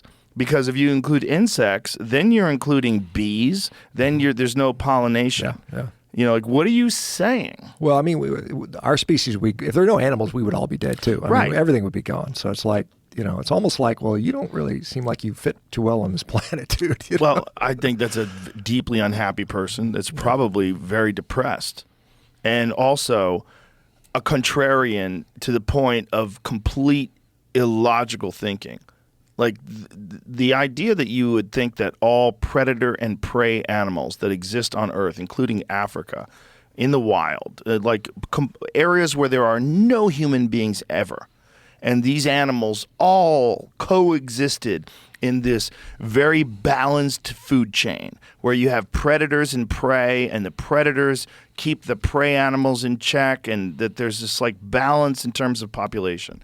The fact that you think that human beings should somehow or another stop that and replace it with human infrastructure. That's basically what he's saying, right? Yeah. Pave it all over with a parking lot and grow food in a factory. And we'll see if you can find that guy. It's hilarious because I don't think he understands plants literally survive on biological material that is being broken down by the natural process and converted into fertilizer. There's this symbiotic relationship. They breathe in carbon dioxide and breathe out oxygen. We breathe in oxygen, we breathe out carbon dioxide. The more carbon dioxide, which is a real problem with the whole climate crisis things, the Earth's literally never been greener in observable history. Right now, with the higher levels of CO2 in the atmosphere, you literally have a greening of the Earth. The whole thing is super complicated. And to try to boil it down into some very easy to follow way because it supports your ideology is what most people are doing. Yeah, Jamie, if you go to my Instagram, like a couple back, there was You'll that see guy. this dork. I think it's like I take on the final vegan boss or something like that. It was like, Did you put those seed oil bottles behind him? No, he did. That was his. Because he's a big proponent. He thinks that, there's a whole argument about, you should be drinking gallons of canola oil and it makes you healthy. So he did this. Give me some volume and refresh this so I could hear what this guy says because it's really funny. world into non-existence, right? Like I think the natural world is actually morally problematic, and I advocate for its non-existence. Go. I'm sorry. Can you expand upon that? What does that mean? You advocate for getting rid of the natural world, and we live in a. Oh, absolutely. Okay. Yeah. The natural world is filled with death and destruction, things I find morally problematic. Why wouldn't I? What would you replace that with? Human infrastructure. Human infrastructure, and and you're saying we would do a better job as humans. Yeah, I would even go so far as I think the end goal should be to ditch this ball because it's a liability in and of itself. But a lot of people might find that problematic. It's fine. People are free to think that I have a weird position. Just on that, Shawn, like, do you see where he's coming from there? I haven't given this. I can see his argument. I would disagree with that pretty. Well, I don't would think you disagree that if you make human infrastructure over where there is usually a huge amount of suffering and death and rights violations, most likely this year. So I guess if we're calling a rights violation a lion eating a zebra, would that fall into your definition of a rights violation? On my definition, yeah. Okay, interesting. So who's the other guy? Obviously, that is a. I'll tell you this. So the other guy is he's a vegan activist. His name's James Aspey, and he used to be like a drug addict, and now he's vegan. And he was like, he made this like rap video saying I was afraid of him and wouldn't debate him. And I was like, okay, whatever, James.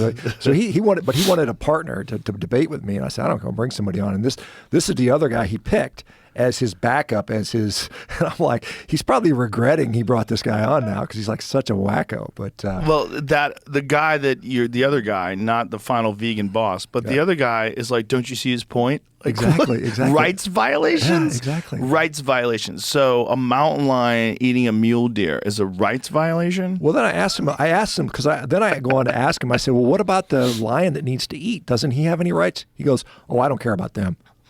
I'm like, oh, God. So let's eat them. Let's eat the lions. Let's only eat predators. Yeah. No. Yeah, that's a rights violation, too. That's a right violation, too. Yeah, they're bizarre. It's kind of well, it's just a complete... It's convenient thinking that's not based on facts. And it's one of the things that's been discussed ad nauseum, but Ted Nugent covered it. Yeah. That if you want to kill the most things, eat a vegan diet. If you're you made this argument that one cow is one life, and it's probably better to eat cows because if you eat a cow, that's an enormous animal, and you could eat that cow for like 6 months.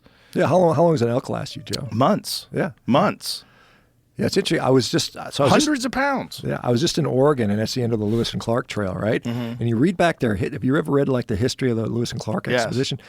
Those guys were eating up to 9 pounds of meat a day when they had a lot of game. They had 31 dudes, and they would go through every day. They go through 4 deer, or an elk and a deer, or a lot of buffalo, bear. They ate a lot of bear, stuff like that. Have you ever eaten bear? I've never had it. Yeah, how's it taste? I got some here. You can have some. I'd like to try it. Yeah, That'd be awesome. I'll give you some. Awesome. Yeah. Cam Haines shot a bear and he turned it into pepperoni sticks. What kind of bear was it? Black bear. Black bear. Okay. Yeah, but you can eat grizzly bears too.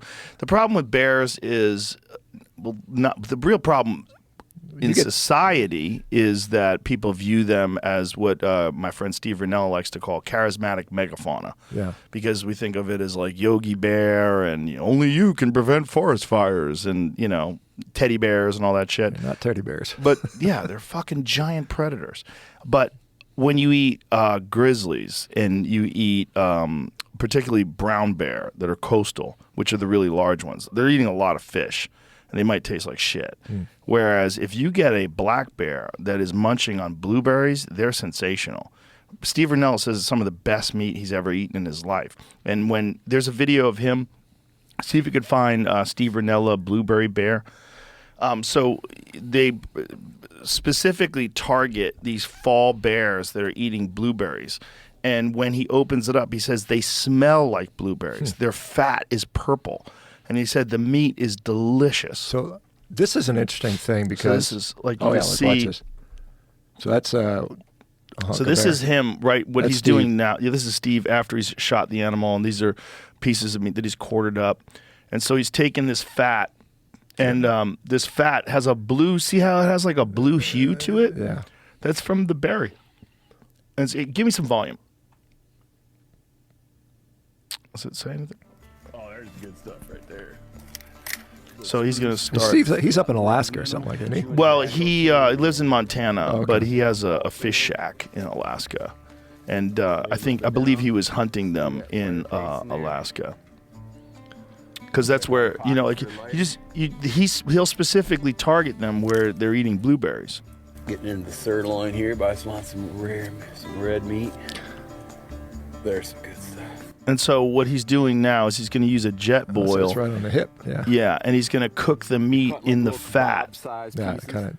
So that fat, if you look at it, it's got like a blue hue to it, like a reddish blue hue to it from blueberries. So he cooks that down, gets the oil, gets it fat, and then he dunks. Another way you can do this, you can actually put.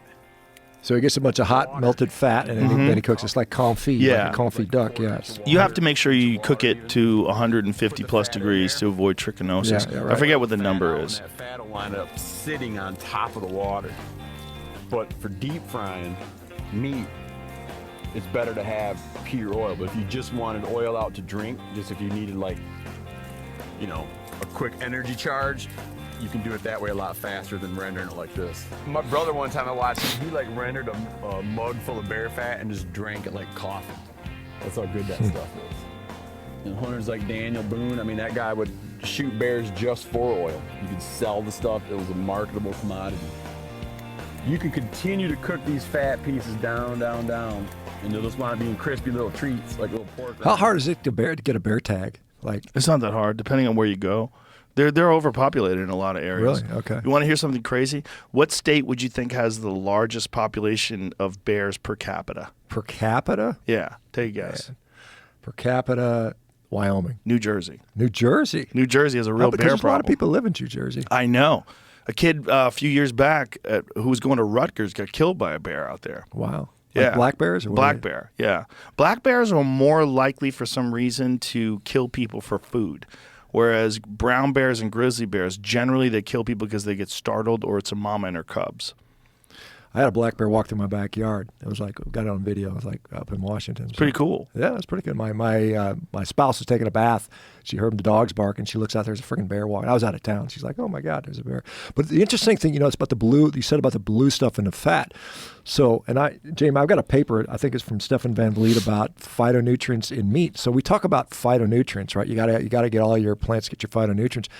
Meat actually contains thousands of phytonutrients. So when those animals graze, they actually absorb that phytonutrients and it goes into their fat, into their tissue. And so you actually get it in almost as much or even more than you can get in plants because we ignore that. But meat, like Stefan Van Vliet, who is a researcher initially out of Duke, he's now at like Utah State, showed that meat has something like 50,000 unique compounds. It's not just amino acids and a little bit of vitamins and minerals. It's 50,000 unique compounds, and many of them are phytonutrients. So it's pretty amazing. So because like a bear can eat a hell of a lot more than I can, right? Yeah. Health promoting phytonutrients are higher in grass-fed meat and milk, but you don't necessarily gravitate towards grass-fed. I do both. It's both. one of those things that I don't know what your opinion is on taste. I know you like a lot of elk, and so I get, it's kind of funny because I become like the meathead guy, right? Like everybody, I get a lot of ranchers to send me stuff. They're like, here, have some free meat. Yeah. I'm like, hell yeah, I'll eat that stuff. And I get a little bit of everything. I get some really crazy, like there's one in Colorado Craft Beef, which Jocko has invested in. They're part of that partnership. They got really good meat, but it's pasture raised, and then they they finish it out themselves, and then have their own facility. But there's like one in like Montana. They finish their cows out on sprouts, which is kind of interesting. And sprouts can grow like you don't even need light. All you need is water, and you grow, and they grow very massively. And so this guy said in a building that's like 40 by 60, he can grow enough sprouts to finish out 400 head of cattle, which just takes up almost no room. It's like amazing. So it's called McCafferty Ranch Beef up in Montana, and they're trying to spread this because you think about, we're talking about how do we sustainably feed people more meat, because I think that's a real issue. And that's, one of those things that's out there. So it's kind of because I think, again, I don't think everybody needs to be on carnivore, but I do think we should probably eat less junk food, more meat. I think that would be a clear win for society in general. And it's like, well, how do you do that? We used to have, this goes back to the beef checkoff. Their job is to promote beef, but since 1977, our beef consumption in the U.S. is down like 30-40%, and yet diseases are going up. So it's like the exact opposite direction. And literally like 500,000 ranchers have gone out of business since the 70s. It's like, we talk about 3,000 ranches or 3,000 farms closing in in the Netherlands, 500,000 have gone out of business here in the U.S., which is crazy. So I'm always trying to support your local rancher, whatever your preference is, but, get these guys out there because, I don't know. I mean, these guys are good. I mean, just like everybody else. I mean, the ranchers are hardworking people. I think they're one of the backbones of this country. I mean, you get people that feed you. I mean, because it used to be back in, 200 years ago, everybody had produced their own food.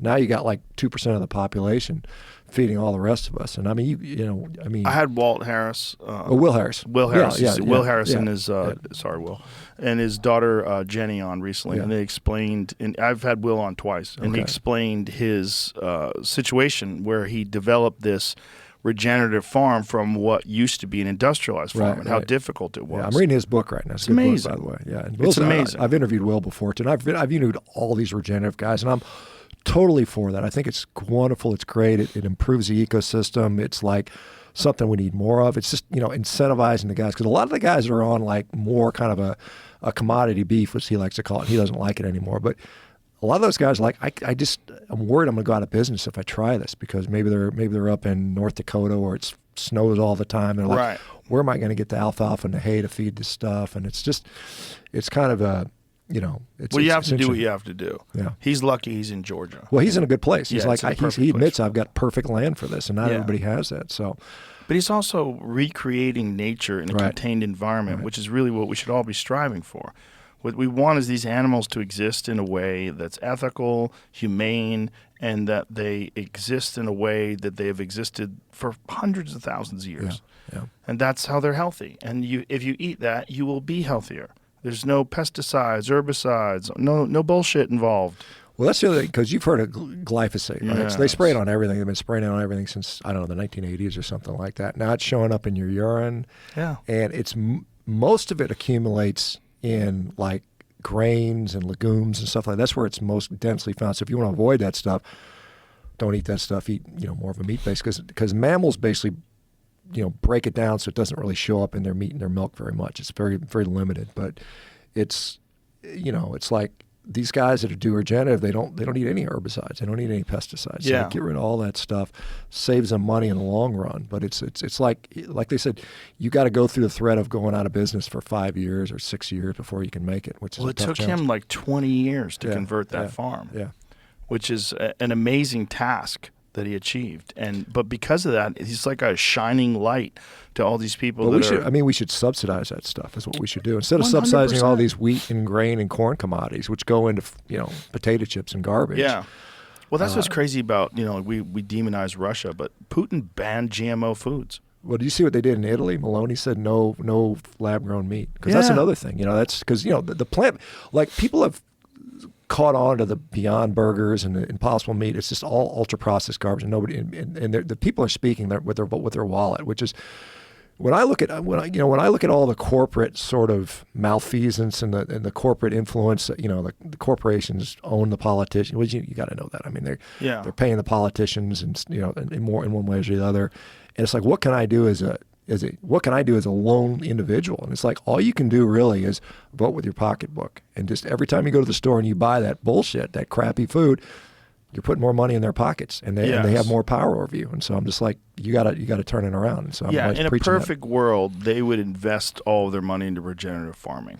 And they would change, if people change their diet and they realize, look, the only thing people are buying is grass-fed meat and organic vegetables, all from regenerative organic farms. If that really became something that was sustainable, they would try to pursue that. Yeah, no, I think the market will dictate where things go, and it's just convincing the market that, hey, look, if you want to continue to be sad and depressed and miserable, keep doing what you're doing, but you got to change it, and you got to make a big change, and that's what I mean, we're being told not to do it. Just like that USDA study. Hey, 91% processed food diet. I'd say, okay, keep eating this way. So crazy. It is crazy. But that's why what makes that sort of propaganda so insidious. It's like you're literally holding back people from gaining health and gaining control of their health. And the evidence is clear in terms of if you just look at what people used to look like and what they look like now. Something's wrong. Something's really wrong. And all that comes from diet. Yeah, 100%. Sedentary lifestyle and diet. Well, but I mean, I will say this, and because I'm sure you agree that what distinguishes healthy people that age in a very healthy manner? I mean, diet is important, and I'm a huge proponent of diet, but physical activity and exercise is such a huge. I mean, I don't care what diet you are, you need to be taking care of your health, and I think, because I hear it all the time. Well, you're in your 50s, you need to slow down. You need not be doing that stuff because you're going to get hurt, and it's time to get down. But I mean, I've heard that since I've been 20 or 30. Oh, you're 30, you got to slow down. I think once you lose capacity, like, if you say like my 100% was here, and then you say I'm not going to do 100% anymore, I'm just going to do 90%. Well, that 90% is now your 100%. Yeah. And then you keep doing it, and all of a sudden it's like, walking down the street is now a chore. Right. And you see so many people. It's like I had a guy talk to me about. I thought it was this guy named Ted Naiman. He's a doctor that I had interviewed one time. He said, what happens is over life you have this sort of spectrum of things you can do. This is me laying in bed, and this is me doing backflips, right?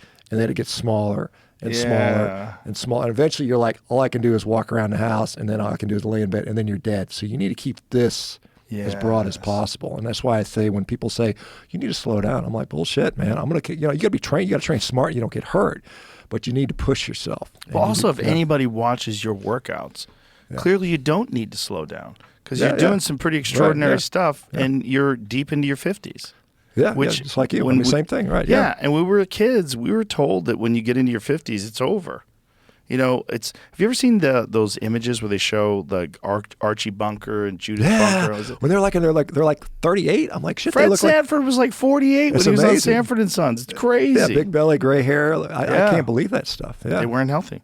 They didn't take care of themselves. Yeah, it's amazing. They didn't work out. But if you look at some people today, like yourself, and it's like there's a whole new standard. Well, you look at guys like Stallone and Schwarzenegger, who are in their mid-70s now, and they're still like, I mean, granted that they're taking stuff, but I mean, at the same point, we've never had a time in human history where we've experienced people that are pushing it that way and still training hard into the late years. And I've seen people like in their 90s. I saw a guy who's 91 years old. He's deadlifting 405 for a triple at 90, and he only weighs like 148. That's incredible. It's like, where did this guy come from? Right. So it's like, what is going to be possible? And like I said, I don't know.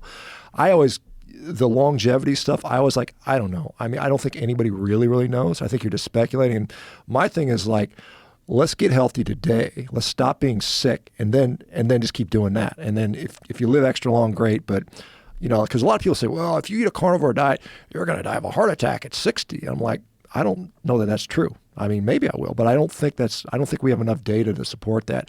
What I can say is, like, if you're sick, you're diabetic, you're fat, you're high blood pressure, I can fix that by diet.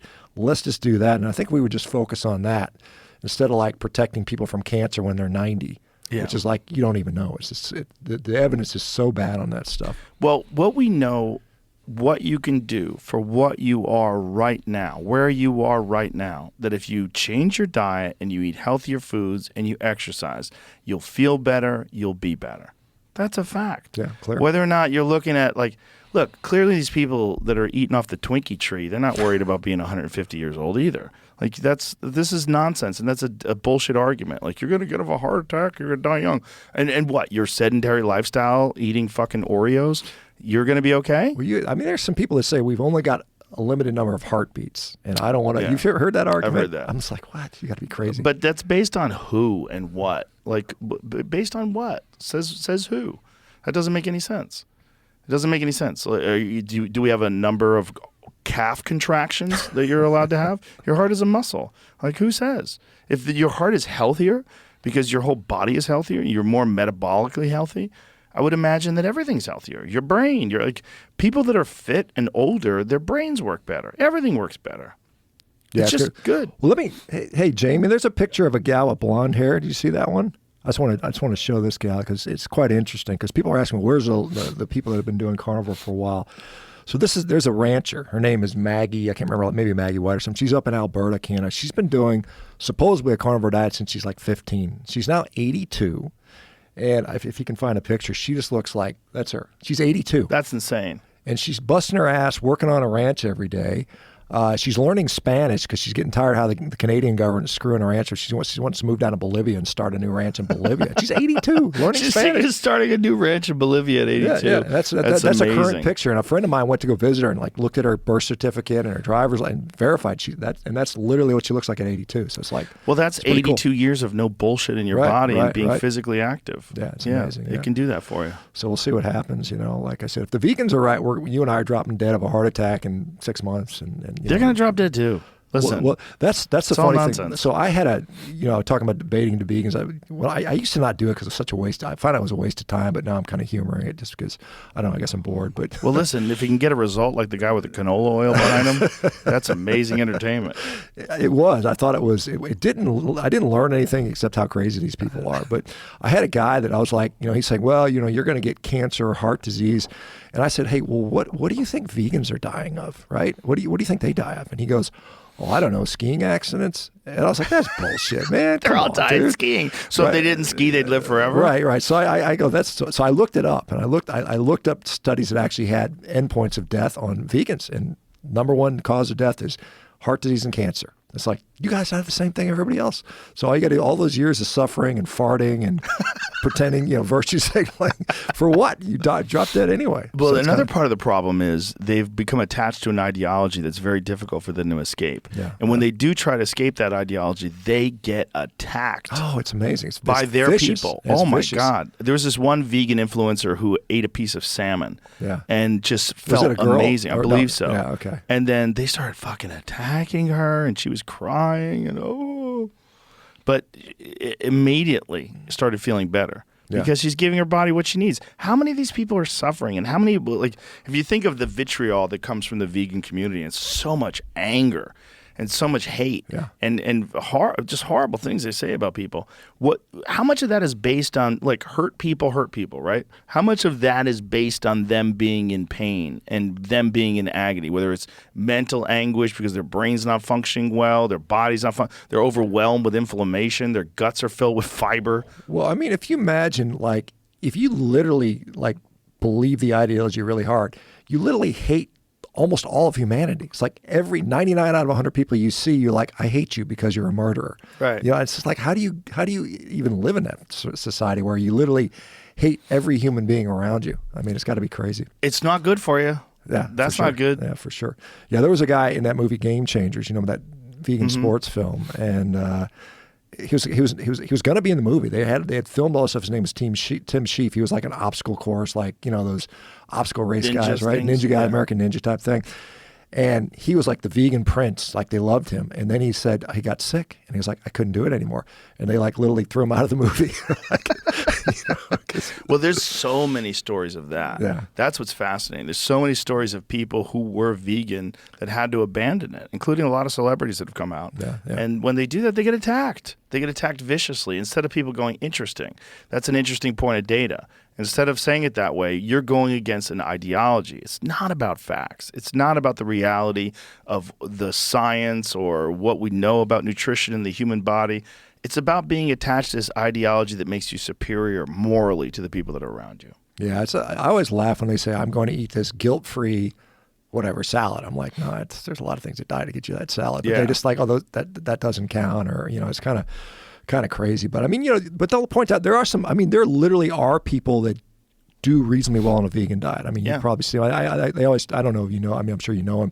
They talk about Nate Diaz. He's a UFC He's not fighter. vegan. That's what I heard. He eats fish and stuff like that. Yeah. But they always point to Eats Nate eggs. Diaz, right? They point to him as the guy. And, No.